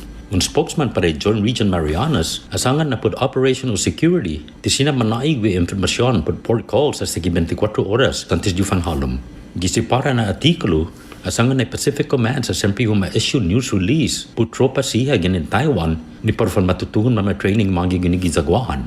Ilingan nagwaha political implications no esti na hinanaw. Sa po sensitibo mampus is a China po masaya half na class in training para militar Taiwan giotugato na lugar. Magkwekwenta Taiwan na atray duty na provincial China. Para Guam News Network, Guam Sikin Concepcion. Yasuto ifinut sa moro sa presenta sa ninafato ni Familian Mizo gi First Hawaiian Bank. Say hello to the First Hawaiian Bank mobile app. Want a better look at your spending? With Money Map, you can automatically create budgets and manage where your money is going. Know when you have a green light or when it's time to slow down. Maybe cook more meals at home this week. Set your goals, track your progress, and find your way to exactly where you want to be. With Money Map from the First Hawaiian Bank mobile app, It all starts with yes. 34, and welcome back to the link where, every Tuesdays, we do Tuesdays on the link with our friends at Three Squares Marketplace. Of course, it's Tastier Tuesdays every Tuesday morning where we get to sample grab-and-go treats like Kelaguen, Champaladu, Latiza, and more from Three Squares Marketplace. Well, you can visit them. They're open at 7 all the way till 9 p.m. Tuesday through Sunday inside Three Squares Restaurant in Tamuning. Call 646-2652 and order ahead. It's Tuesday Treats on the link. With Three Squares Marketplace. Let me tell you guys a little bit about what we're doing today. So we have got these personal pies. I'm going to take this very personal. It's great for a quick dessert after lunch, midnight munchies, guys, or for holiday gifts. Personal pies and pie flights like the ones we're sampling today are available Tuesday through Sunday at Three Squares Marketplace. Custard pie looks awesome. I got the pumpkin. Brie is going to go in on the apple crumble. And this is one of their specialties, Brie. These things are always available. But if you follow at Three Squares Guam on IG, Instagram, you can find out whenever they bake specialty flavors. Yep, there's more. Taro cream. Taro cream? And cheesecake and banana cream. All right, so we got to go follow them. And we get a chance to try the banana cream, taro cream. Apple crumble. Brie's going in on it.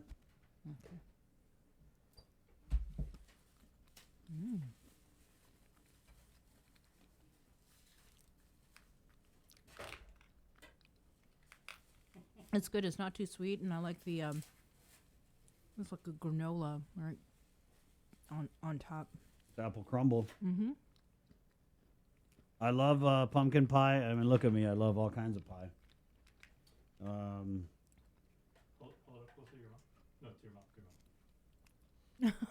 This is good. I got a system down. I'm like a crust guy. I like the crust of the pie. And this crust is really good too.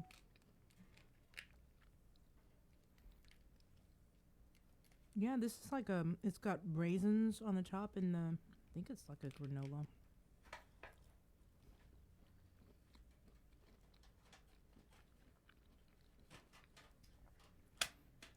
Woo! I like the crumble actually on top. It adds that extra level of texture.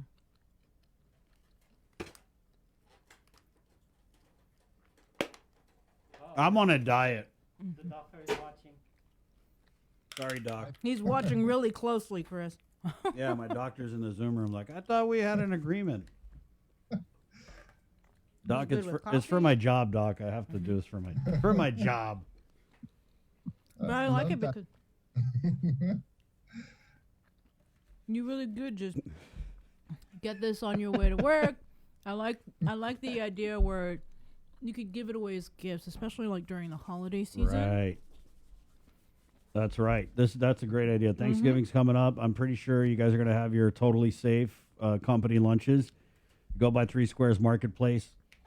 I'll get you a flight of these. Now, what they mean with a flight is you get it. There's a few, so they got different deals. You get one, or you could get a flight, which is kind of like a sampler of. It doesn't sound fancy, a pie flight.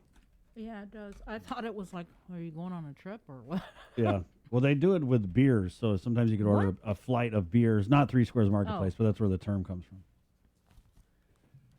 Yeah, go ahead, Bree. Enjoy your apple crumble. All right. Okay. It's good. It is. There you go. I'm just going to go check out real quick. Go ahead. Sabrina approved. And I had the pumpkin pie. Real subtle, real light, not sweet at all, Doc. I love pumpkin pie. I just had to have just a little of the whipped cream. It was only that much. I'm okay. I worked out this morning.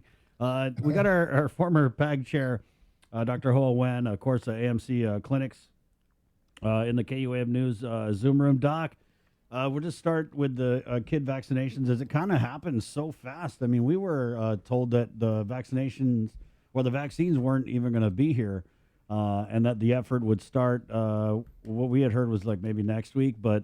Oh, no. They said this week. Well, it was in that town hall, and they said, we got to meet with our stakeholders. It didn't sound like they were going to start today. Yeah, I think it starts today and tomorrow, UOG, right. I think on the 9th and the 10th. So they start today. Right. Yeah, they do. Yeah, the release came out late yesterday afternoon, and then I think there was another one. There's a town hall about it, or a press conference this morning at 9, so we're going to go in on that, Doc. But this good news for you? Yes, this is very good news for the children, especially for the school. I know a lot of parents are very reluctant still to have their kid vaccinated. We really highly encourage them to do so. I know that children don't pass away often because of COVID infection, but again, we know that they can be a carrier and they can also be sick, and also they can bring home to the parents and the relatives. So it's very important that we vaccinate the children. Children are different than us. We wear our masks and we do our social distance and we do a lot of stuff to try to prevent from getting it. But remember, it's very hard to get the 5 to 11 or 5 to 17 to really wear their masks and social distance. So the chance to get the virus from someone else, from their peers is much higher. Again, they don't get sick, but they carry the virus back home, and that's what we're concerned about. And, again, children don't pass away, but I tell you, from working as a physician and I often work in the emergency room, when you have an adult that passed away, it's not that hard to get. But when you have a child that passed away in the emergency room, it hit everybody. Mentally, it's really psychologically, it's hit the staff very hard. So it's very hard to lose one child. So if we can protect one child from dying, that's what our goal is from doing that. Again, we really highly encourage the parents to get their children vaccinated. If they have any question, please talk to the physician, so that way they can try to answer your concern about it. Okay, but please talk to your physician. The Pfizer are very safe. They give out a much smaller dose on the children 5 to 11. Okay, and including the smaller needle. Okay, so needle is not big. We have to be trained out. So You needed that needle for Sabrina. That's a long needle, very short needle. So so it's not that bad. So I would encourage the parents to do that. The clinic will start to roll out the vaccination. The clinic also, you visit your provider, they will start rolling out today. Okay, I know AMC would start that today. And also there's some outreach that we put out there. We are working with Father Duenas to get an outreach out. I think the next week or two or so for the children from 5 to 17.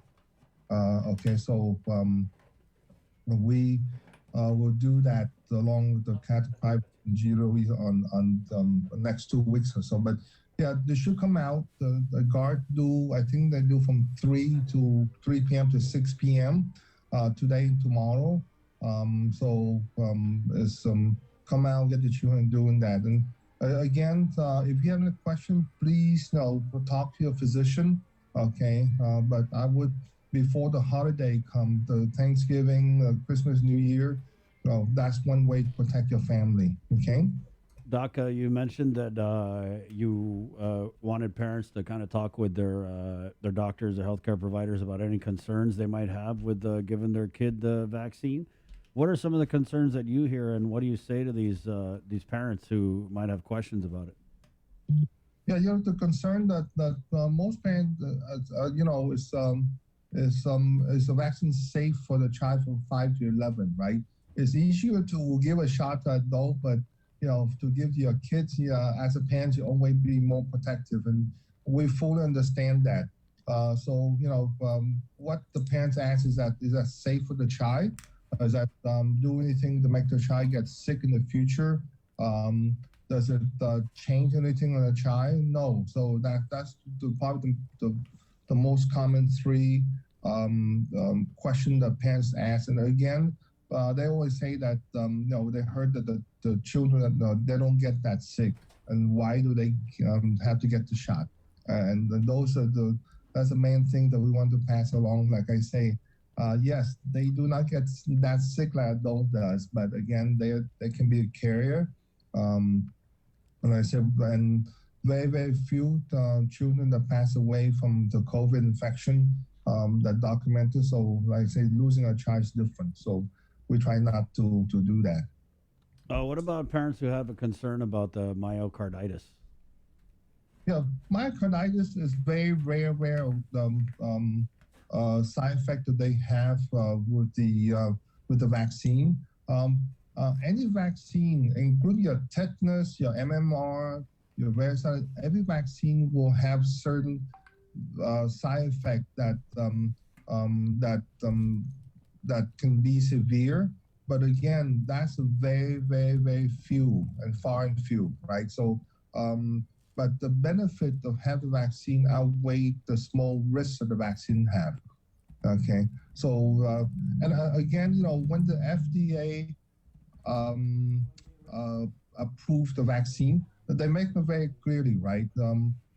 They also concerned that the federal and the government does not mandate the vaccine on children, right? That they state that very clearly. So the vaccine would be highly encouraged for the parents to have, but to me, I think beside California that mandate the children to get vaccine to go to school, I don't know. That's a way off the chart there, but that's California. Doc, what can you tell parents in terms of side effects or possible side effects if their child is vaccinated? What they should prepare for? Yeah, just like anything, that we have side effects, but they if they have, it would be very mild, just like some congestion, some chills, some body ache, a little bit of fever. Just like the adult, we have for up to a day or two. They need to well rested, drink lots of liquid, and that those side effects should go away. So that's something that we tell the parents that you might expect the child to have, right? So you bring your kid to come in to do a well child visit, and you have the vaccine that giving by age group, right? So we always, even though those vaccines, the children might have some fever. So it's nothing new on the vaccine, right? So you give a kid MMR, you give tetanus, and those just children immunization. The few of them will have some fever, some side effect of it. So that's when we tell the parents expect that. If it does, to make sure they get rest and lots of liquid, and they go over in a day or so. Mm-hmm. I did want to ask, in the CNMI, it appears as though they're going to start at some point mandating the COVID-19 vaccination in order for students to go to school, kind of like the measles, mumps, and rubella mandate for vaccinations. Do you foresee that, or do you think that should be kind of a requirement here on Guam for students? I think the COVID-19 would be just like the influenza, the flu vaccine. Mm-hmm. I don't think that, again, when the FDA approved that, they really mentioned that you should not mandate this vaccine to the children, right? So I think that COVID-19 sooner or later should be just like the flu vaccine, that is not something that you have to go to school. And I hope and pray that that don't get to the point when the government start to mandate the COVID vaccine for the children to go to school. I mean, we're going to lose a lot of generation here for children and attend on a face-to-face school, and I don't think online school will be that great for the children. So I hope and pray that don't get there. But I think that whoever make the mandate for children to go to school, especially the COVID vaccine, should really, really think about it. I did want to ask about some of the reports that we've been seeing regarding the possibility of the easing of restrictions. I know we've tried to get Dr. Berg on our show, as well as the governor, but there are media that are reporting that there's a possibility that we're going to see an ease in restrictions as we approach the upcoming holidays. And when you look at the JIC report, it says, the CAR score is 9.0, and we all remember the strive for 5, right? For the further easing of restrictions. What are you hearing?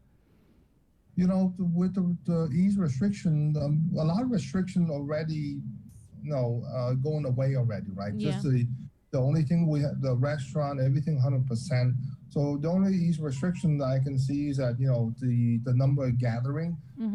Which, to me, most people don't follow that gathering number anyway at this point. So I think that psychologically it feels good to say you ease the restriction, but the word with caution is that people gotta understand, and from the physician standpoint of view, is that the holiday, after Thanksgiving, the Christmas, New Year, tend to be the highest admission rate for non-COVID patient. I tell you, the hospital always full to the max during the holiday. So whatever decision they make, they really have to follow to make sure that the hospital don't get overwhelmed.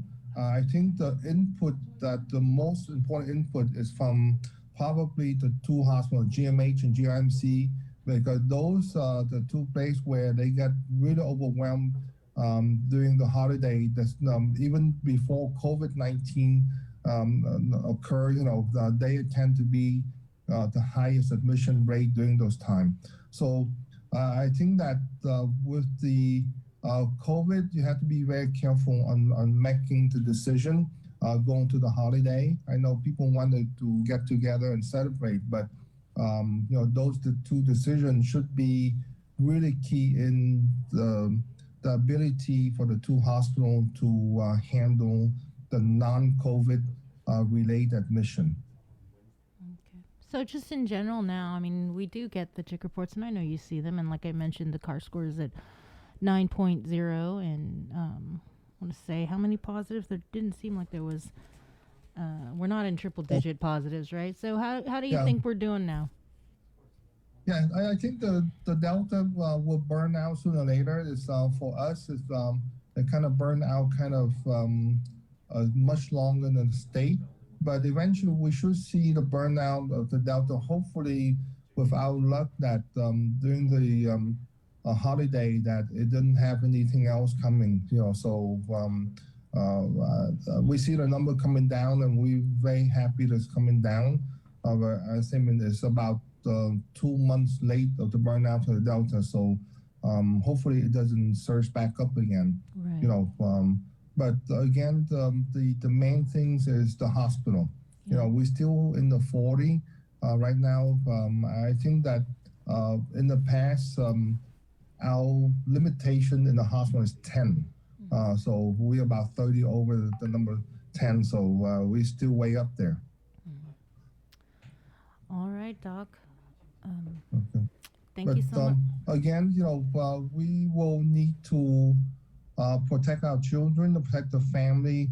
Again, I really encourage the parents to get their children to come out and get vaccinated. I know public health have from 8 to 3 or something every day, but again, I would advise to somehow change the time of vaccination for children to after 3 o'clock in the afternoon or during the weekends, because parents have to work and the kids have school.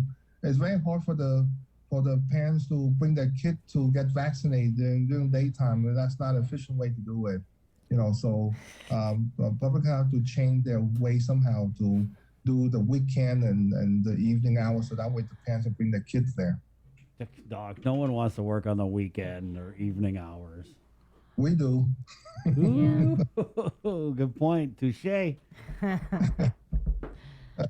have to make it convenient for the parents and the children. Right. No, I totally agree. Right. You've been saying this through the whole pandemic. You've been saying we need to test off hours, make it accessible to people. You've been saying we need to do the same thing with vaccinations. Totally agree.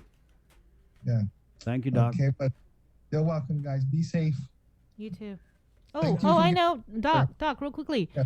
Have you heard anything, like any kind of updates on the CDC visit here? Because, we've tried to have public health on the show live at any time, but it's a gag order. Oh, man. So thanks for being here, Doc. Nothing released yet, guys. It's really, really quiet. So I'm sure that they have a lot of work to be done, and I hope that they have some answer for us. So that, again, it's really helpful for them to be here, just because this is not the only variant's going to hit us. No, in the next few months or next year, another variant's going to come, and we need to know what we're dealing with and how we can do things to improve ourselves.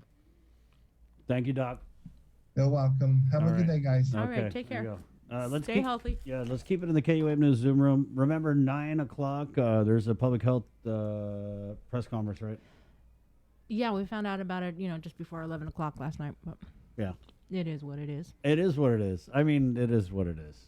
But, yeah, it is what it is. Yeah, when the notice was sent out at like 10:45. I was out. Man, Yeah, I slept early last night.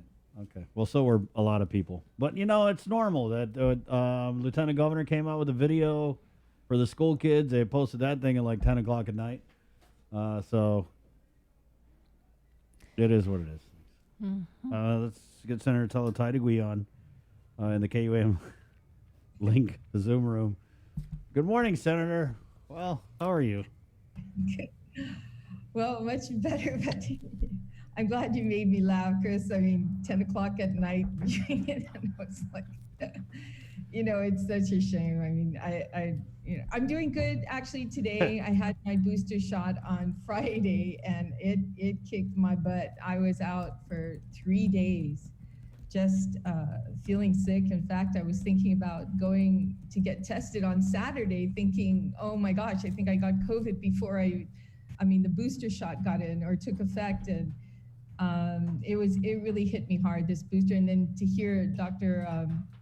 Ho come on, or Dr. Wynn come on and say that, another variant might come. I'm just dreading the thought of having to get another booster shot later on, because that really kicked my butt. But yeah. I feel much better today. It's now going on the 4th day, feel much better. So been missing out on some things, but trying to maintain, the work, keeping the work going, and submitted a couple. I introduced a bill on Friday. Thank goodness it was before I got sick. So introduced that bill, and of course sent a letter out based on the response of BBMR's letter, or half, I shouldn't say that word, but just incomplete work of the report that was submitted on November 4th. Right. So there was still a lot of work being done. And I know you might have to go to a public... That's why I want to just get to the point, Senator Tello. We did want to get a reaction from you. Just first on that ARP report, because it was your amendment to the budget bill that mandated, not suggested, that they file this report. That being said, it wasn't much of a report. It was a sheet of paper. No, it wasn't. And from what I heard, some of my colleagues chimed into that, and everything they said is true to form. I appreciate their comments that they made, but the intent was the same intent that the U.S. government required, the U.S. Treasury required, and that was the word allocations, to submit allocations of all that they published through ARP guidance. And unfortunately, the governor is required to provide the report on all spending of CARES and ARP funding, even through allocations. And if they did that there, then how come they can't do it for the people of Guam to look at? I mean, they have that information because they have to accumulate that as well, but they just refuse to give it to the people of Guam and be transparent about it. So I sent a letter specifically pointing that out to Mr. Carlson, that in Section 27 requires that the local ARP funding allocation, that Imagahagan should include an accounting of all ARP funding that has yet to be discretionary, earmarked to the program or activity. The U.S. Treasury uses the term allocation within all published ARP guidances. Thus, at a minimum, the term allocation used in Section 27 was intended to embrace the status of Guam's allocation share of ARP funding from the U.S. Treasury. That includes information contained within BBMR's November 4, 2020 report, reflecting Imagahagan's divvying of the ARP funding. So it clearly states to them, shows them exactly where I think they fell short and where they continue to be disingenuous with the people of Guam's funding. This is the people's money. You know what? Not Governor Lujan Guerrero, the people's money. What I thought was interesting is it didn't have like a starting figure, like the total. Like last we heard was she got 553 million, but it didn't. I don't think I saw that on there, so that you can start subtracting, right, in terms of how much is left. Yeah. Which would seem like an important detail. Right, and if you notice, you didn't even see the 300 million that she set aside for the hospital. Yeah, It so what do you wasn't- do? I mean, what do you do? We talk about the transparency, and then you guys do your job, and you pass a law requiring them to be transparent, and then they just do the absolute bare minimum. Yeah, exactly. And it's unfortunate that they want to play games, you know, and this needs to stop. If we have to write laws for them to be, you know, ethical about this funding, then I guess we have to do that, because it's obvious that this administration is wanting to continue to hide information from the people. I mean, let alone I heard that they're put a gag order on KUAM, that directors. Is that true? When I heard that, I thought that, oh my God, how can any administration, any government elected official do something like that, especially to a station that is winning awards for being, you know, honest and fair on providing news. I mean, many of us go to KUAM just to find out what's going on in the government that are elected officials, because we're not giving information. I mean, feeling your frustration. And I want to thank you, because it's actually prompted me to introduce Bill 221 that will actually do that. Your frustration is our frustration, though, because we're not in the in-group, so we'd like to see that information provided without FOIAing. And actually, I'm getting some texts from individual people thanking me for introducing it, the Bill 221, and saying it's about time. So I know we were coming up on the top of the hour. I don't want to take up too Now, much Senator, time. 221, is this the measure that we were talking about last week that would require the administration to post all hires and any raises that are outside of the normal 3% non-political hire type raise?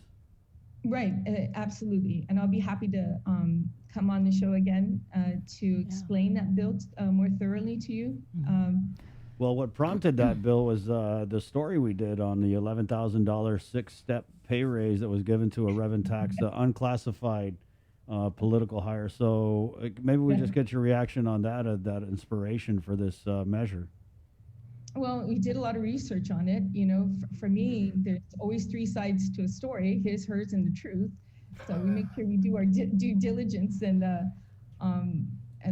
find out what exactly happened. And through our research, we were finding out that sometimes staffing patterns are submitted to the legislature, but only done through the budget bill, asking for quarterly reports. But sometimes these reports come to us so bulky that you can't really find it. You have to go through a fine-tooth comb and look through every one of them. So I thought, well, why hasn't this been done for years through law?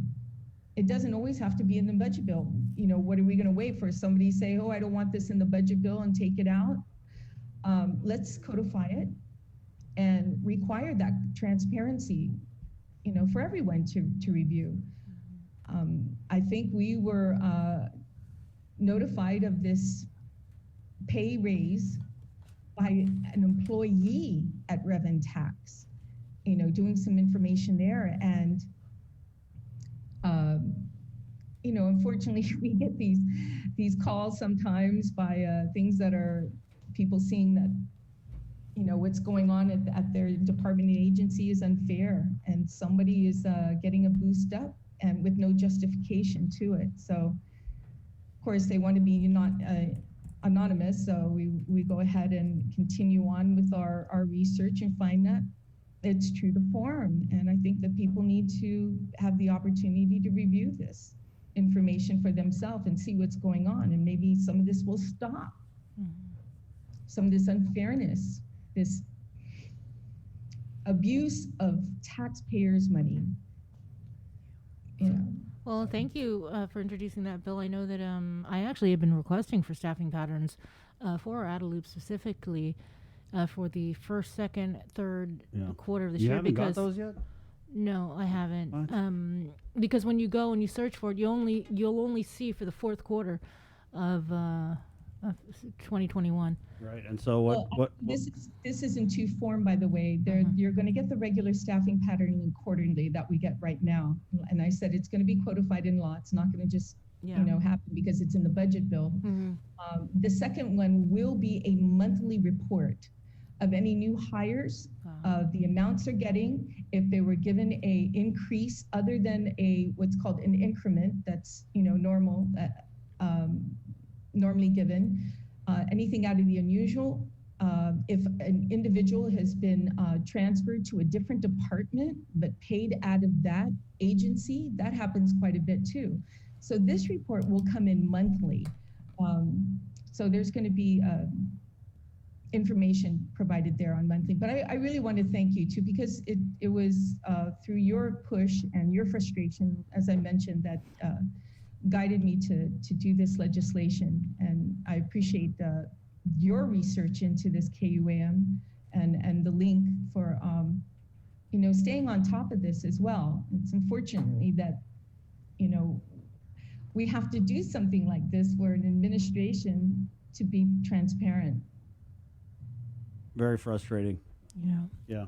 I mean, even to get a simple staffing pattern. I mean, what we're trying to do is look at the staffing pattern that's out now and compare it to the one previous, because it looks like they're migrating employees to be funded by American Rescue Plan funds, which I didn't see in the report, and so that's why. On the staffing pattern, so there's 5 people actually that have been hired with ARP money, and this is for the Office of Homelessness Assistance, for OHAP. Yeah.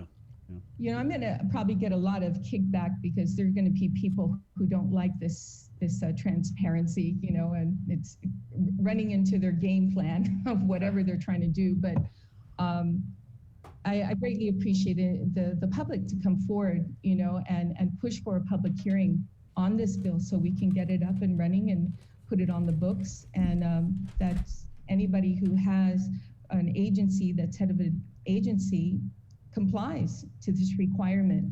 But we're going to need the help. And I think the media, if you have an opportunity to come and testify on this bill, I greatly appreciate it, because it basically stemmed from your hard work and diligence on wanting to know the truth about how our taxpaying money is being used. And federal money that's coming in as well is being used. So it's going to be very helpful to have the media come and testify too on this legislation. That sounds like fun to me. I gotta check my boss though. Gotta check my boss. Absolutely, it would be good to see. I've never seen media come and testify on anything. Well, I did see Tony La Morena last year come and testify, and that was on the funding of I think it was the CARES Act money that was coming in and how it should be utilized. I think he came to testify, but it would be very, very good to see, KUAM, the Post, the PDN to come and testify on this, because if anyone is more frustrated in trying to get information to report to the people of Guam, it is the media.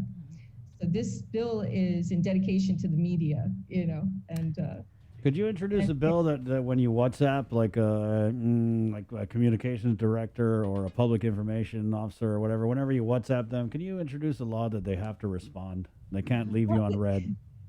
And that was why I was bringing it up earlier, for them to be given a gag order, to not go on a radio station that's the most popular radio station, that's ridiculous. This is where critical information, people listen to the radio to get critical information. They don't always have, internet or, but they do have radio. And it's just shameful for something like that to happen. I mean, I have some media people that I'm not very friendly with, but it does, it won't stop me from coming on and reaching out to everyone. I work for everybody, every person on this island who calls Guam home and pays their taxes. They're my boss. and I answer to them. And whatever way I can get to them and tell them what I'm doing, I do. I post every week on my Facebook page what I do all week.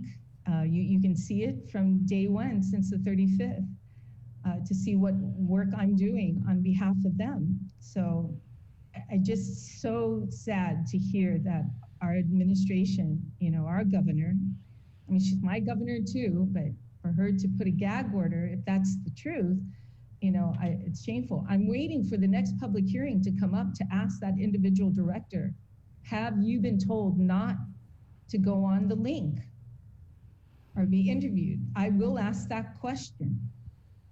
Every single director that comes in my path and put it on public. So I'm warning now that it will be asked. So if everyone's listening to all those directors. Now they're going to put a gag order on the hearing. Oh, don't go to the hearings. They're going to ask you about the link. I mean, Senator, it's really, it's frustrating on our part. That's fine. The governor, lieutenant governor, they don't want to come on, whatever. It's their prerogative. But during a pandemic, public health, the hospital, the relevant agencies, especially when we're trying to save lives by rolling out the booster, trying to save lives by rolling out the kid vaccine, trying to save lives by providing crucial and key information in a timely manner to the biggest audience. That's and not only that, provide information on financial assistance programs that are out there to help people in our community that need assistance and to get by. There's no more PUA. We've tried to get on the Department of Labor, the Department of Administration. We're talking about the ERA program, right? And people need that rental assistance. That not only just goes to rental, it goes to power and water. Yeah. But nothing. And I mean, we have receipts. We're reaching out to these directors constantly, and they're all saying the same thing. Oh, we can't. Oh, can't. But then it's funny. Not necessarily the directors, but other people from the administration have just straight up said, like, oh, is this for the link? Yeah, I can't do it. Sorry. So it's just really, it is frustrating. But, yeah, we got a job to do, and we're still doing it, regardless of what or who doesn't want to come on. Yeah. This press conference is happening now. We didn't find out about it till 10:46 at night. Yeah, that's I mean, we're still waiting, actually, for this press conference. What's going on and how she's conducting herself, especially to provide the people of Guam information on the use of federal funding and not and putting gag orders against media, that provide the information to the people of Guam, can get her in a lot of hot water. Definitely can make them think again about how much money is submitted to Guam, under her jurisdiction. This could cause some issues on the federal side. We may not get federal funding because of how she's, I would say, abusing her power for something as important as this, to get information out to the people of Guam and how to receive federal funding, or it just doesn't look good on our record to the federal government. So I think she should be very cautious, moving forward, and jeopardizing any more future federal funding to the island because of her actions.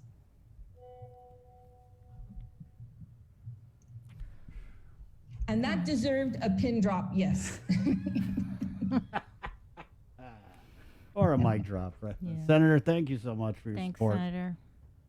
No, I mean, every media should not be every media should be treated with respect. There's some that we don't care for, but even myself, but they reach out to the people, and we work for the people, and any avenue they receive, they can receive information. It looks like you guys are about to get started on this. Yeah, there's a press briefing. Feel free to just yeah, we're gonna head there. Happy to come on talk more about the bill 221. Right. Yeah. And hopefully, I did receive his response from Lester Carlson last night, saying that they will provide what was the correct verbiage they used on this, how they are going to provide me, what did Lester say? Let me see, what he said, deadline. Oh gosh, I can't seem to find it now. But he received letter press You said duly noted. Yeah, I said Hafide, Senator Tideway. I acknowledge receipt and note that DOA and BBMR will reply formally. In short, we do believe we responded appropriately. Yeah, of course they did. That was it. Okay, Senator, we got to run. Thank you. Everybody. Okay, create a great day. It's like high comedy. Okay, so let's head over to the Northern Community Public Health Center, where our Tomas Manglotny is standing by for this public health press conference. Tomas, good morning. Hi, Chris and Bree. We're here at the Northern Region Community Health Center for the rollout of the pediatric COVID-19 vaccine. Some of the first kids on Guam getting this pediatric vaccine. And now joining us is Janela Pereira. Janela, good morning. How are things going here with this rollout? Doing great, very well. We see a lot of our children in line. We're very excited to see the turnout this morning. So now we're actually processing the first of our patients, our pediatric patients, as we speak. So we just opened up the line. Our nurses have already drawn the first vials for the pediatric COVID-19 vaccine. So we're pretty excited and we're ready to go. And so Guam received about 7,500 doses in its first initial batch. What is registration looking like now, to the best of your knowledge? So right now, as far as registration, I'm looking, I haven't seen the back end in terms of our online registration, but just as seeing the first 9 o'clock, the first slot time frame, just eyeballing it, it looks to me like about 40, 50 people, or patients rather, 40 to 50 patients, pediatric patients. And we're hoping that this continues because based on the number of appointment slots that we make available per hour, it's about 40 to 60. So it looks like it filled up for this time slot, and we're hoping it continues that way. So it looks pretty good. All right, and so what's the testing vaccine strategy moving forward, given that this is now available on the island?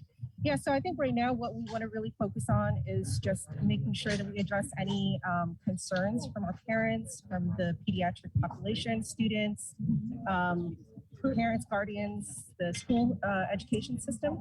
So what we want to do now going forward is have a series of town hall meetings, meet with our stakeholders, make sure that any of those concerns are being addressed. We want to ensure that the communication strategy is robust, that we ensure that whatever messaging is out there reaches as many parents as possible. And we really, ultimately it's to protect our youth, our children, because we do know what types of effects COVID-19 can also have in our youth. We've seen it. At one point, we saw that the hospital had pediatric COVID-19 cases. And so this is another measure for us, another layer in our mitigation efforts to protect our children. As for vaccinations during the weekend, any plans on that? Yes, actually, I'm glad you asked. That is still on track. We are still working with GDOE, as well as our other educational partners like private charter schools, Catholic schools as well, so that we can have our weekend school-based immunization. And we're also working with our pediatric private clinics as well, so that we can make the COVID-19 vaccine for children available. So weekend school-based immunization is still on track, and we're still working with our education stakeholders to make sure that occurs. And you touched on that a little bit, but there might be some folks who still might be hesitant to have their children vaccinated. At this point, it is a choice. Do you have a message to? Yeah, sure. No, absolutely. With any type of vaccine, there's always going to be, hesitation, concerns, issues. And we want to, of course, address those concerns. And so part of that is ensuring that we can get that message out and make sure that it's also fact-based. And so we partner with institutions like CDC, WHO, so that we have the right messaging out there, the right messaging strategy to the community. One thing that I do want our parents to be reminded of is that, a lot of the COVID-19 cases, sure, in the beginning were of the adult population, but, we did see COVID-19 cases in our youth, in our younger population as well. And A lot of the things that I'm hearing out in the community are, our children don't need this because they're strong, their immune systems are strong. And that may be true as well. Our younger population, our students and our children may have stronger immune systems than our adult population, right? However, we have also seen a rise in pediatric cases, COVID-19 cases. And can you speak to any side effects and also the monitoring time here? The monitoring time is about the same, 15 minutes to 30 minutes, depending on the medical history of the child. And so the dosage is also a little bit smaller, but as far as monitoring, it's about the same. And what do parents need to bring if they're walking in here? So they would need to bring the birth certificate for their children. And then, of course, a government issued ID. If they're a legal guardian, any legal guardianship paperwork or documentation to show that they are the legal guardian of the child. And you said your kids? My kids are here. I did bring them today. So I did schedule them for an appointment for the 9 o'clock hour. I, as a parent, I'm taking my hat off as the PIO and putting on my hat as a parent. I have been waiting for the vaccine for my children. They're 10 and 11. I brought both of them. So I'm actually really excited as a parent because, they can finally, for me, it's peace of mind. I can send them back to school without so much of a worry. There's always risk in anything you do, right? But I think this lowers the risk and it mitigates the risk. So it brings me a lot of comfort, a lot of peace of mind. For my children too. They've actually expressed to me that they don't want to experience what they've seen or heard about in other cases of COVID-19. I'm not sure if you're able to address what the vaccine will look like for schools or rolling out in schools. We know in the CNMI at least, right? They putting out a public notice for potential mandates. Or is there anything on the horizon? I've not heard of any. That discussion hasn't been made so far. I don't know if that's something that will be made or is on the horizon for us in the future. But at this time, our focus right now is to get as many pediatric or as many children vaccinated with the pediatric vaccine. We just started and launched it today. So that is our primary focus. Any discussions about mandates, anything like that, really, I think is more of on a policy level. And so I think perhaps that's something that maybe you would direct towards the governor's office. And any update on the CDC visit? We know that they've had some time here so far. Yeah, so they've actually been pretty busy. So they're all here, all four of them. They all made it last week. And so for the last day, so yesterday, as well as last week, they've actually been working very closely with our team, with our territorial epidemiologist, Dr. Ann Pobutsky.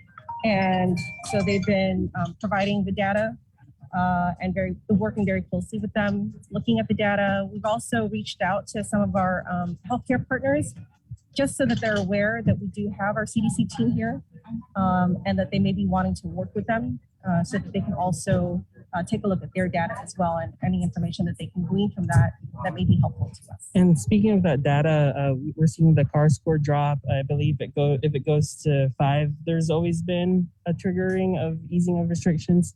Is that on the way too, given the CAR score decreasing? Well, I know that there has been some discussion, some talk within the community, the physicians advisory group. I know Dr. Bob had mentioned that if things look good, right, that there may be easing of restrictions. Of course, ultimately that decision rests with the governor, but we do have our advisory groups, our physicians, our medical community that would be able to advise the governor of what types of restrictions, and this would have to be based on data. And so far, what we're seeing with our numbers, with our trends, as you know, we had our data with Dr. Ann last week.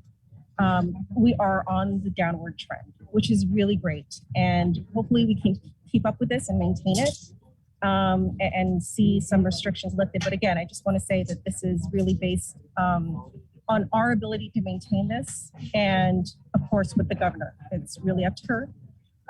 But of course, based on evidence, data, and advice from her closest advisors and the medical community. Any info on private clinics providing the pediatric vaccines? Yeah, so we're actually working very closely with them, and we do have interest from them to provide the pediatric COVID-19 vaccines in clinic.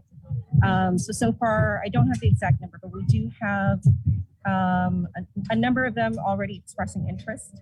So once all of that is finalized, then we can make an official announcement as to which pediatric clinics will have the COVID-19 vaccine available for the pediatric doses. Right. Is there anything else you want to share today? Yeah, I'm just, we're very excited about today. And I just want to also mention that we have also, all the attention is here at our Northern Clinic, right? But we also have the Southern Region Community Health Center that's open right now, actually, as we speak. So for those who live in our southern villages and it's more convenient for them to go down there, that place is also open for our children as well to get their vaccine. And then later on today, the UOG Fieldhouse will also be open for pediatric vaccines as well. So I just want to make sure that the community is aware of the availability today.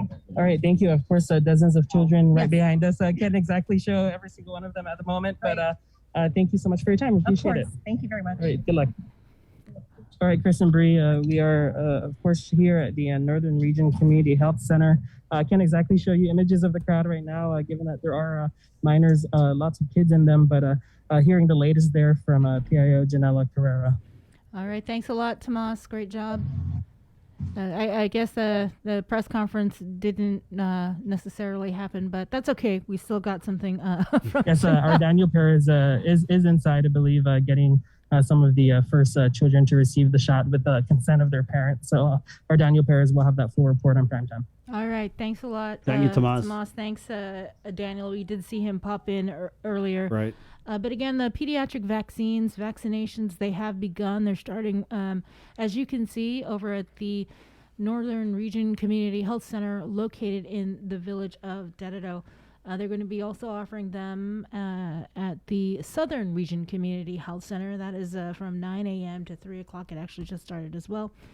Again, this is for 5 to 11-year-olds. And as you heard from Janela, please, she actually took two of her children, I believe. She made that choice to get her children vaccinated. I was wondering where they got those kids on such short notice. Well, she said there's actually quite a few there that are getting. Yeah, then they said they already had a queue of like 40 or 50 Yeah. families who had Yeah, expressed an interest, and they said we are all in with this. Of course, you've been getting the word out since it was announced, I think, late yesterday afternoon. Right. So you can schedule an appointment via Eventbrite. That's a tinyurl.com/COVID stops with me to make an appointment. Also, they're doing the vaccination clinic over at the UOG Calvo Fieldhouse, but they are setting aside some time, I believe, for the children 5 to 11 years old. The time for that, 3 to 6:30 p.m., and then again tomorrow from 2 to 6:30 p.m. All right, we're going to take a quick break right here on the link. We're coming back with a new sponsored segment. It's FHP's Hoffa Health Tips, and it's coming up right here on the link on this Tuesday morning, the 9th of November. Good morning. We know you're tired of hearing about COVID-19. Some of you are probably wondering whether this is ever going to end. However long it takes, we all have to do our part, including our children, to hold the line. You can protect yourself and your family by getting vaccinated. And if you're already vaccinated, don't let your guard down, because you can still give and get COVID-19. And if you're not vaccinated, remember that if you catch the virus, you could suffer more severe complications. At the end of the day, it's the choices we make to protect ourselves, our families, and our community that will control the spread. We know it sounds repetitive at this point, but again, wash your hands, watch your distance, and wear your mask. Together, we have to hold the line. Let's get merry during the most wonderful time of the year by making spirits bright. KUAM Communications and Coast 360 want to highlight your decorations and lights by flooding the social media pages of KUAM with your videos and photos. Finish your holiday setup, snap a few shots or video of your delightful display, and send it to us through social media or email them to promotions@kuam.com. Check out our posts every Friday or tune in to KUAM News Weekend Edition for a special montage of the submissions certain to be making spirits bright with every broadcast. Warmest holiday wishes from KUAM Communications and Coast 360 Federal Credit Union. Together, we thrive. Say hello to the first Hawaiian Bank mobile app. Want a better look at your spending? With Money Map, you can automatically create budgets and manage where your money is going. Know when you have a green light, or when it's time to slow down. Maybe cook more meals at home this week. Set your goals, track your progress, and find your way to exactly where you want to be. With Money Map from the First Hawaiian Bank mobile app. It all starts with yes. Get the job done the right way by getting the right stuff at East West Rental Center. With years of experience helping builders, we definitely got what you need. Call 646-1463 or visit us in Upper Tumon. Open Monday to Saturday from 7 a.m. to 5 p.m. and on Sundays from 8 a.m. to 5 p.m. Mariana's Irrigation and Landscape Superstore. Stop on by and visit our showroom today. We offer everyday low prices on all major outdoor power equipment like bush cutters, chainsaw, power washer, generators, and more. Need service, repair, maintenance? Well, check out Guam's best superstore only at Mariana's Irrigation and Landscape, located in Barragata along Army Drive between Submarina and Besta Market. Call 735-7446 for more information. Now shipping to surrounding islands. Mariana's Irrigation and Landscape Superstore.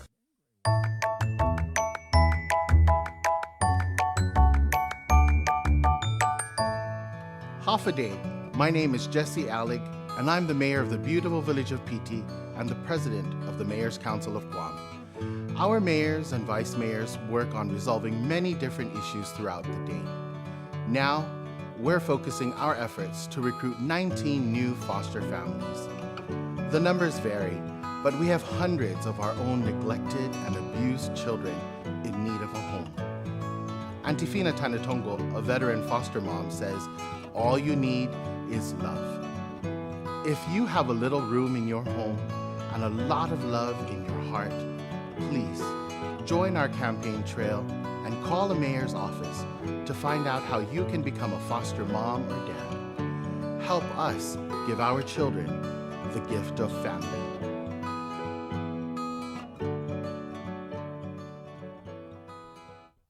GU Self-Storage, conveniently located near the Harmon McDonald's. We offer affordable rates, online payments, and auto bill pay for your convenience. Plus gate access daily from 6 a.m. to 9 p.m. Call us today at 648-7867 for more information.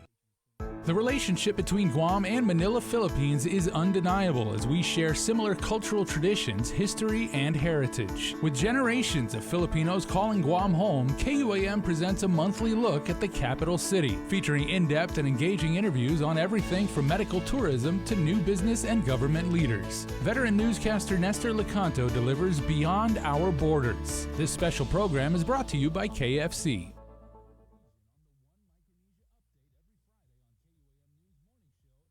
Do you feel like you're missing out on something?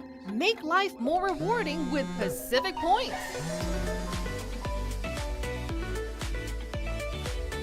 Earn and redeem points for bill rebates and free load at IT&E, discounts on fuel at Shell, vouchers at Foodies, and United Mileage Plus miles.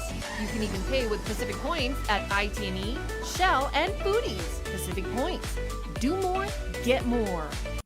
See what's on TV tonight with schedules, network news and notes, local promotions and giveaways on KUAM Communications social media pages. Like and follow us on Facebook or Instagram now for all the latest and never miss out.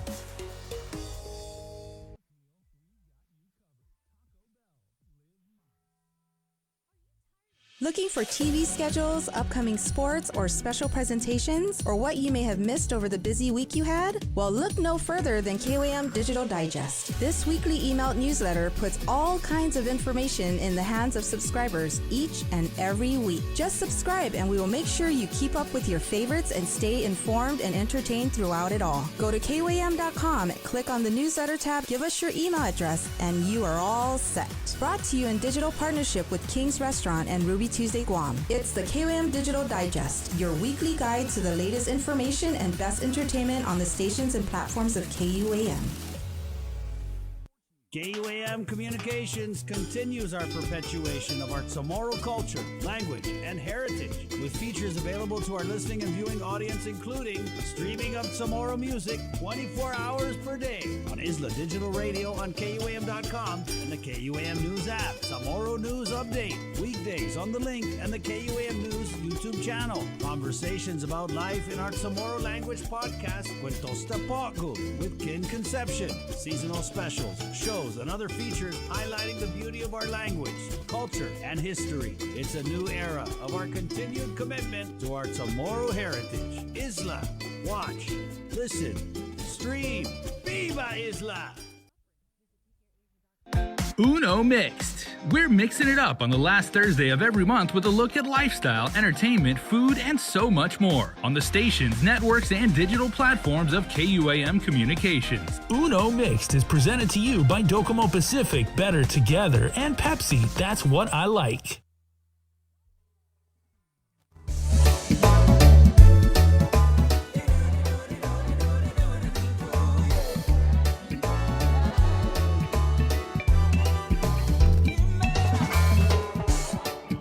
All right, welcome back to The Link, everybody. Jason Salas here, and we have a wonderful new sponsor who is joining the KUM Link family. Thank you to our friends at FHP. This is something we're bringing to you on Tuesdays. This is the FHP Hafa Health Tips with KUAM, and we are setting off on this maiden voyage by welcoming a new friend to the Link family right now, Dr. Andrew Graves, a board-certified radiologist and department chair of FHP's Imaging Center over in Tamuning, and his expertise and his insight. Because November, you may not know, is Lung Cancer Awareness Month, and we are really going to let you know why it is important that you get screened for lung cancer. So, Dr. Graves, welcome to the show, and very good to have you here, sir. Thank you, Jason. Good morning. Good morning to you, and thank you to the FHP team for partnering up with us on this. We're very, very happy to have you guys here. Seeing as how it is Lung Cancer Awareness Month, obviously outreach and educational campaigns are of critical importance and everything. So what exactly is lung cancer screening, and who qualifies for that, Doc? Sure, that's a good question. First, any screening examination involves a laboratory test or an imaging study that is designed to detect a disease before there's any signs and symptoms, before that that the disease is there. So in the case of lung cancer screening, the goal is to detect lung cancer before your body tells you it's there. And we do this with a special CT scan of the chest. It's a low dose CT scan that uses specialized X-ray equipment along with sophisticated software that produces detailed imaging of the chest so that we can detect this cancer at that early stage when it is most treatable. So at FHP, we have a brand new CT scanner from state-of-the-art from General Electric, which is designed to do lung cancer screening, CT scans at a low dose with high detail to detect that cancer early. So a typical exam would involve you checking in at the radiology department at the FHP clinic, where you'd be greeted by the staff and oriented to the exam, after which they position you on the CT scanner table where they would place your arms up, and they would let you know that the table is going to move. And as it moves into the CT scanner, the imaging is acquired over the course of a couple seconds. And then afterwards, those images are sent for post-processing and then ultimately to me for interpretation. And the turnaround time for the reports is rapid, and those are sent electronically to the doctors so that they can act on those results immediately. And I'm sorry, Doc, and I'm sitting upright this whole time. If I am being screened and everything, I'm sitting upright, or am I lying down?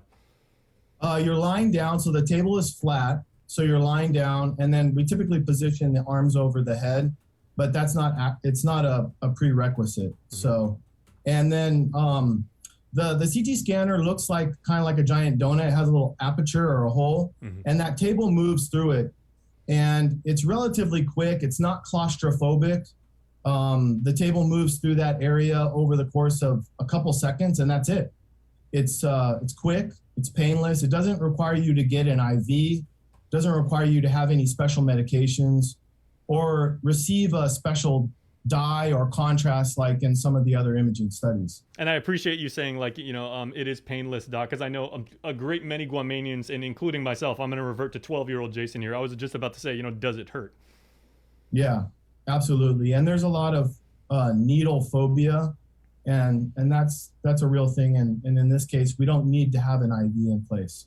Mm-hmm. Now, obviously, the whole purpose of this is to detect the presence of, I'm assuming, or the potential for lung cancer and everything. So can you emphasize the importance of doing this, for our island community? And, is it more important at certain ages for men or women, children, or the elderly? Or, how do we break down exactly, like, who is the most, the demographic, I guess, that you're most concerned with?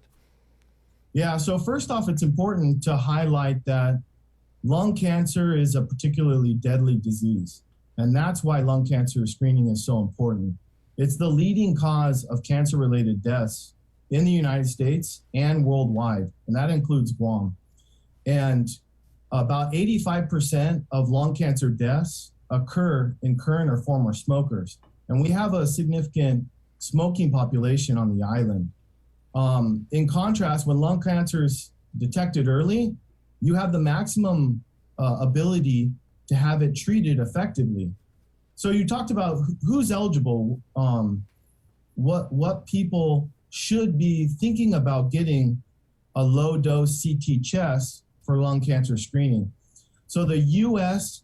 Preventive Services Task Force recommends lung cancer screening in adults ages 50 to 80 years old who have at least a 20-pack year history of smoking and are either current smokers or have quit in the last 15 years. Now, thank you for qualifying that, because I was going to say, I'm 47 right now, so like when I hit the big 5-0 and everything like that, I know I've got a complete workup that, my doctor is already looking forward to. Probably foremost, most men know at that age you should get, a colonoscopy and everything. So should I actually discuss now with my physician? I don't smoke, and I never have, but should I actually talk to my doctor about making lung cancer screening like a part of that workup? Well, the age criteria is one aspect of the eligibility or the inclusion criteria. There's also the amount of smoking that you've done over your lifetime. That's that 20-pack year history, and it's a way of quantifying your smoking where it assumes a pack per day. Mm-hmm. So a 20-pack year history is you smoked 1 pack per day for 20 years. But there's a number of different, like maybe it's a half pack per day for 40 years. Mm-hmm. So there's a number of different ways that you get to that cumulative burden of injury to your lungs from smoking, and that's quantified in that pack year history. So if you're over 50 and you have a 20 pack year history, then you meet the first 2 criteria for that. And then if you're actively smoking, you're included, or if you've currently quit smoking in the last 15 years, you're also included in the criteria. Now, I guess further to that, Doc, because as I said, I don't smoke, never have, and everything, but my father did for many, many years. So there was a lot of secondhand smoke to which I was exposed and everything. I'm sure my doctor would want to know that. Yes. Yeah. So there's this rigid criteria for inclusion in lung cancer screening with low-dose CT chest, but in some situations, people with certain risk factors like secondhand smoke or maybe family histories, that getting a low-dose CT chest may be right for those patients also, but it wouldn't fall into the rigid criteria of what the lung cancer screening program involves. And that has to do with the way that these things come out of research projects, and the data supports the risk-benefit ratios in certain populations. Mm-hmm. And so they're looking at this particular subset, but your doctor can do that work of going through the history with you, secondhand smoke, family history, past medical history, and finding out if lung cancer screening is right for you.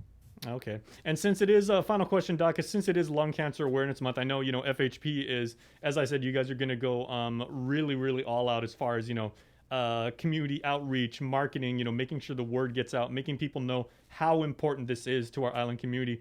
So for yourself as a radiologist, what tend to be the most common questions that tend to bubble up as far as, when it comes to lung cancer screening? There's a couple different questions. The first one is often, who's at risk for lung cancer? The second one is, who should be getting examinations to look for cancer when they don't have any symptoms? And next is, what is the best test to detect cancer at its early stage? And the answer is that a low-dose CT chest is the only screening examination. It's the first screening examination to detect cancer at an early stage that can increase your survivability and reduce your chance of death from cancer, that mortality. Increasing your odds of beating cancer, that's what people are concerned about. How am I gonna detect this early and be able to beat it? And lung cancer screening is a tool that we have that we can do those things and maximize the benefit for our patients. All right, and we do appreciate and we applaud, the work that you and your team over there are doing, not just in November as Lung Cancer Awareness Month, but throughout the year and keeping us as healthy as you want. So once again, if you are between the ages of 50 to 80 and you have somewhat in, the extent to which, you should consult with your physician. If you have some history with smoking and everything like that, you probably are a candidate to get lung cancer screening. And we, and certainly our friends at FHP, certainly hope you take advantage of that. So Dr. Andrew Graves with FHP, thank you so much for your time and for your insight. We really appreciate it. Thank you, Jason. All right. Have a wonderful day. You and too. Please stay tuned, everybody, because the link will continue with more information that you need to know. We are back right after this. Take in 1 in 6 people on Guam are affected by diabetes. The terrible impact of the disease on the island has only been amplified by the COVID-19 pandemic, as many of those hospitalized and those we've lost had pre-existing underlying conditions like diabetes. As November is Diabetes Awareness Month, KUAM News has partnered with AI Health to raise awareness for this disease that affects so many of us and to showcase a number of ways to prevent, treat, and care for those with diabetes. Join us for AI Health's A Healthier You, Making Diabetes History on Guam, a multi-platform campaign on KUAM Communications, including a 6-part series on KUAM News Primetime and Weekend Edition, and our digital media platforms kicking off on World Diabetes Day, Sunday, November 14th. Daily interviews with expert panelists on the link beginning November 15th, and a special interactive town hall meeting on the link with experts from AI Health, with more information on their diabetes validation study and a new level of precision care that aims to create a healthier Guam. A Healthier You, Making Diabetes History on Guam. A look at how diet, exercise, and technological advances in disease monitoring and medical care can have a positive impact on our community. The Healthier You series on KUAM News is presented in partnership with Calvo Select Care and Paradise Fitness Center. This year, Giving Tuesday falls on November 30th. And though our community is still facing some of the most challenging of times, there's no better time to volunteer, donate, spread awareness, and do whatever you can to help those in need. Let's continue to build a wave of generosity that creates a ripple effect for all in our community. Throughout the month of November, Team KUAM Care Force will be showcasing some of our favorite charities. To inform, inspire, and introduce you to the wonderful things these groups are doing for our community. We're also calling on you to donate to our food pantry and toy drive to benefit the Salvation Army at our KUAM studios. Any weekday between 10 a.m. and 2 p.m. starting on November 1st. Or stop by our second annual donation drive-thru event on November 30th. You can also visit our studios to sign our Kindness for Caregivers wall to show our healthcare workers our appreciation. So be a giver and join the KUAM Care Force this year in making a difference this Giving Tuesday. Giving Tuesday 2021 is presented in partnership with our community partner, APL. Better Ways. Let's get merry during the most wonderful time of the year by making spirits bright. KUAM Communications and Coast 360 want to highlight your decorations and lights by flooding the social media pages of KUAM with your videos and photos. Finish your holiday setup, snap a few shots or video of your delightful display, and send it to us through social media or email them to promotions@kuam.com. Check out our posts every Friday or tune in to KUAM News Weekend Edition for a special montage of the submissions certain to be making spirits bright with every broadcast. Warmest holiday wishes from KUAM Communications and Coast 360 Federal Credit Union. Together, we thrive. This holiday season, we're once again bringing together the island's largest array of local vendors for a special innovative way for you to shop, broadcast, and go digital with Team KUAM. Join us on Sunday, November 28th for the annual Christmas Pops Virtual Holiday Market at 12 noon on KUAM TV8 and the KUAM News Facebook page, plus additional show times through December 11th. We'll also be featuring vendors daily with posts with QR codes and links on our social media pages beginning Monday, November 29th, and hosting an exclusive Christmas Pops website for your one-stop shopping. It's a safe and convenient way for you to shop local this holiday season. To reserve your spot, email promotions@kuam.com today. Virtual space is limited. Presented by UOG School of Business and Public Administration. We know you're tired of hearing about COVID-19. Some of you are probably wondering whether this is ever going to end. However long it takes, we all have to do our part, including our children, to hold the line. You can protect yourself and your family by getting vaccinated. And if you're already vaccinated, don't let your guard down because you can still give and get COVID-19. And if you're not vaccinated, remember that if you catch the virus, you could suffer more severe complications. At the end of the day, it's the choices we make to protect ourselves, our families, and our community that will control the spread. We know it sounds repetitive at this point, but again, wash your hands, watch your distance, and wear your mask. Together, we have to hold the line. The KUAM Podcast Network is back and on demand, featuring a great variety of podcasts from our island and region, including culture, lifestyle, awareness, crime, politics, commentary, comedy, and entertainment. Available on most streaming platforms. The KUAM Podcast Network. Subscribe and listen now.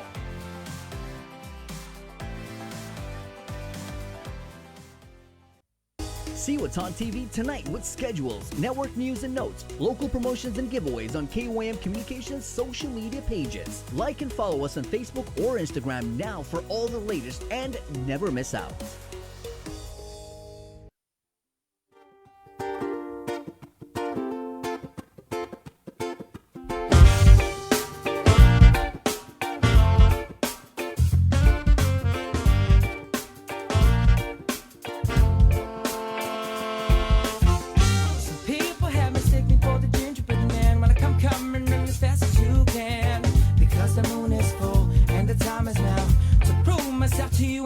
All right, Bree.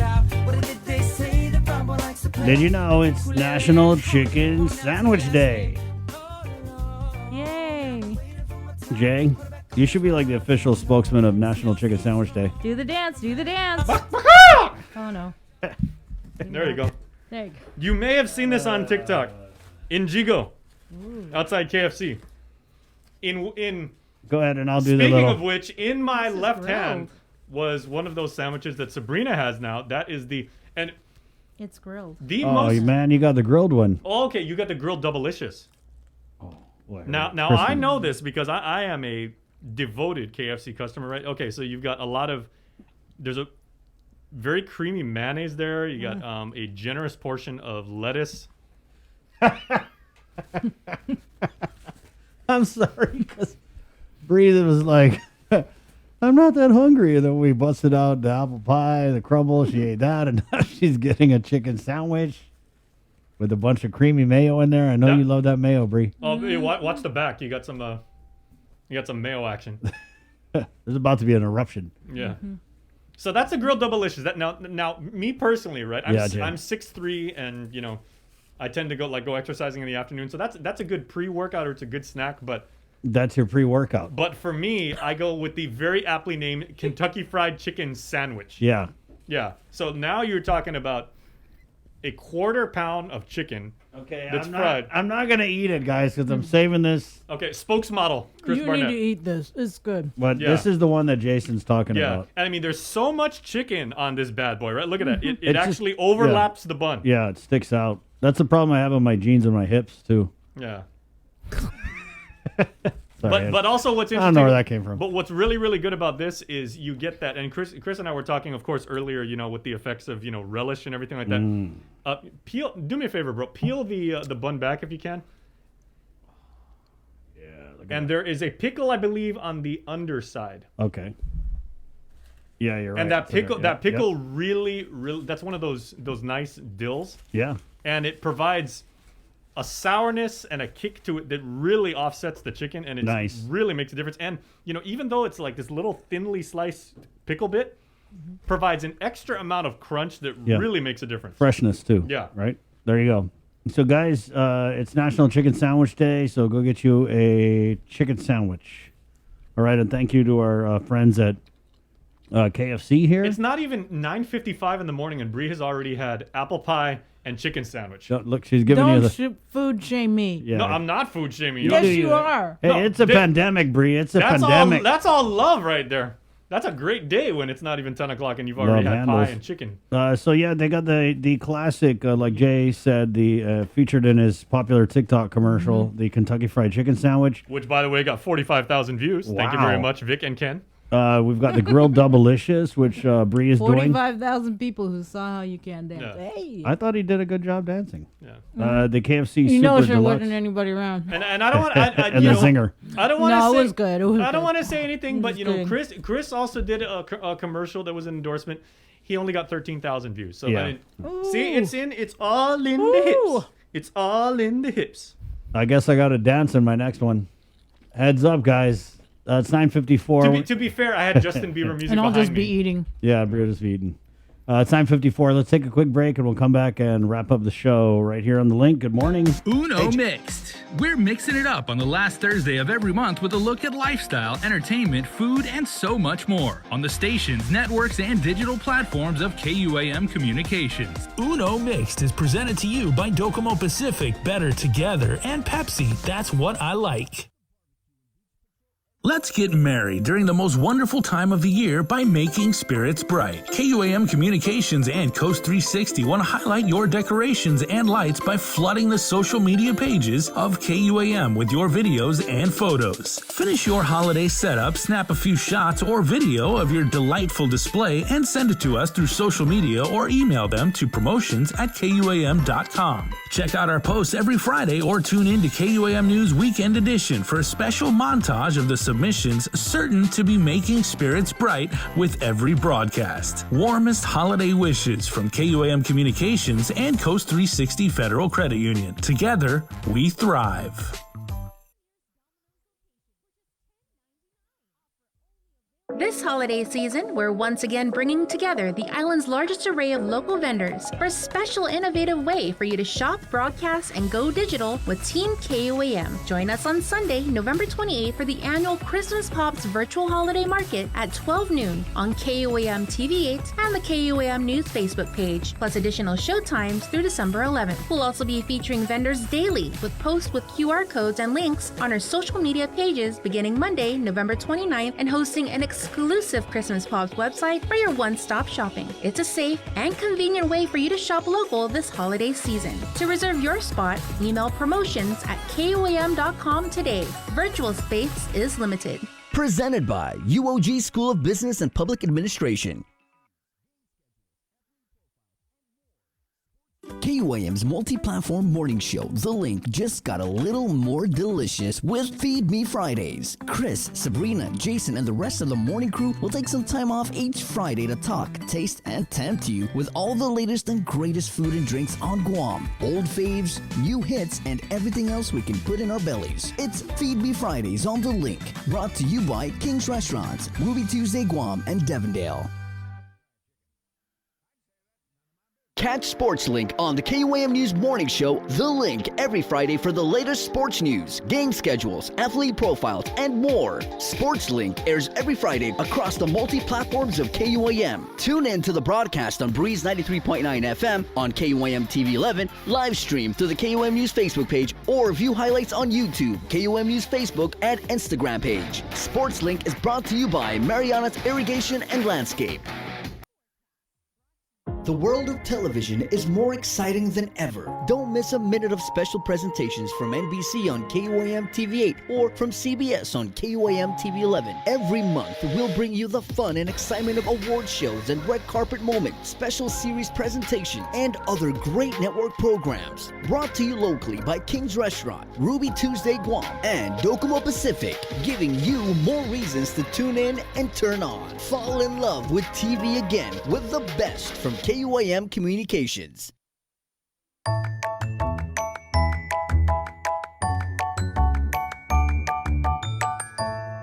Hafa, I'm Senator Amanda Lee Shelton, and this is my giving story. AmeriCorps has always been close to my heart. During my college years, I volunteered with the University of Guam AmeriCorps program, where I had the privilege of tutoring students, mentoring peers, and many other service activities.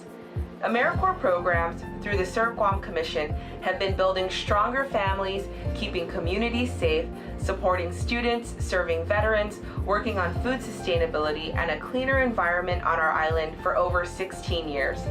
Volunteering with AmeriCorps has been one of my inspirations to embark on a career of public service, and I am proud to be supporting AmeriCorps in their work. Thank you to the Serve Guam Commission and AmeriCorps programs for continuing to serve our communities and for inspiring us all to give back. Situas Ma'asi.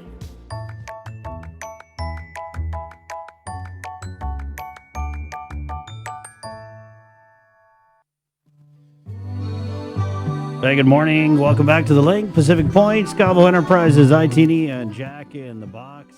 Proud to present this episode of the show at 9:59. KUAM TV, it's been great. Thank you guys so much for jamming with us on this Tuesday morning. Let me take you to an island where the sun never stops shining. I want to thank our friends at Burger King for proudly sponsoring Cover Me along with Docomo Pacific. Okay, now Burger King, the deal guys, you can handle the heat. I know you can because you're Link fam strong. Try the Ghost Pepper Chicken Nuggets now at Burger King. Bree, the review on the Ghost Pepper Chicken Nuggets, you don't really like it so hot. So what was the verdict when you tried them? It wasn't so hot. It was good. It was a good amount of spice. Where I wouldn't be like, oh, it's so hot. It's like a flavor more than a heat, right? Water, milk. Was it more of a flavor than a heat? Yeah, it was a flavor. I think the sugar from that apple crumb is kicking in. I think that's sandwich going to her head. Reviews. It was good. Yes, delicious. When we do these food shoots, and I'm always like, Bree, when you use your describe words. Use your words. the food, use your words. And she's like, tastes good. Food good. Oh. And I actually had some chicken fries over the weekend. Nice. Yeah, and I was, I was holding it up like Thurston Howell III stranded on Gilligan's Island. I was like, oh, dear chap. With a chicken fry. Thank you, Burger King. So try out those Ghost Pepper Fries. You can do the chicken fries. They got drive-through Mondays. Chicken fries Monday. also make awesome air drumsticks. Air drumsticks. I mean, I was doing Tom Sawyer, man. And then I, jam them in like the barbecue sauce. That was his arm workout. All right, thanks, guys, for listening. Thanks. Sorry, that's my friend Jason. Yeah, okay. It's Cover Me, brought to you by Burger King at Docomo Pacific. Link fam, we out. Está Joss.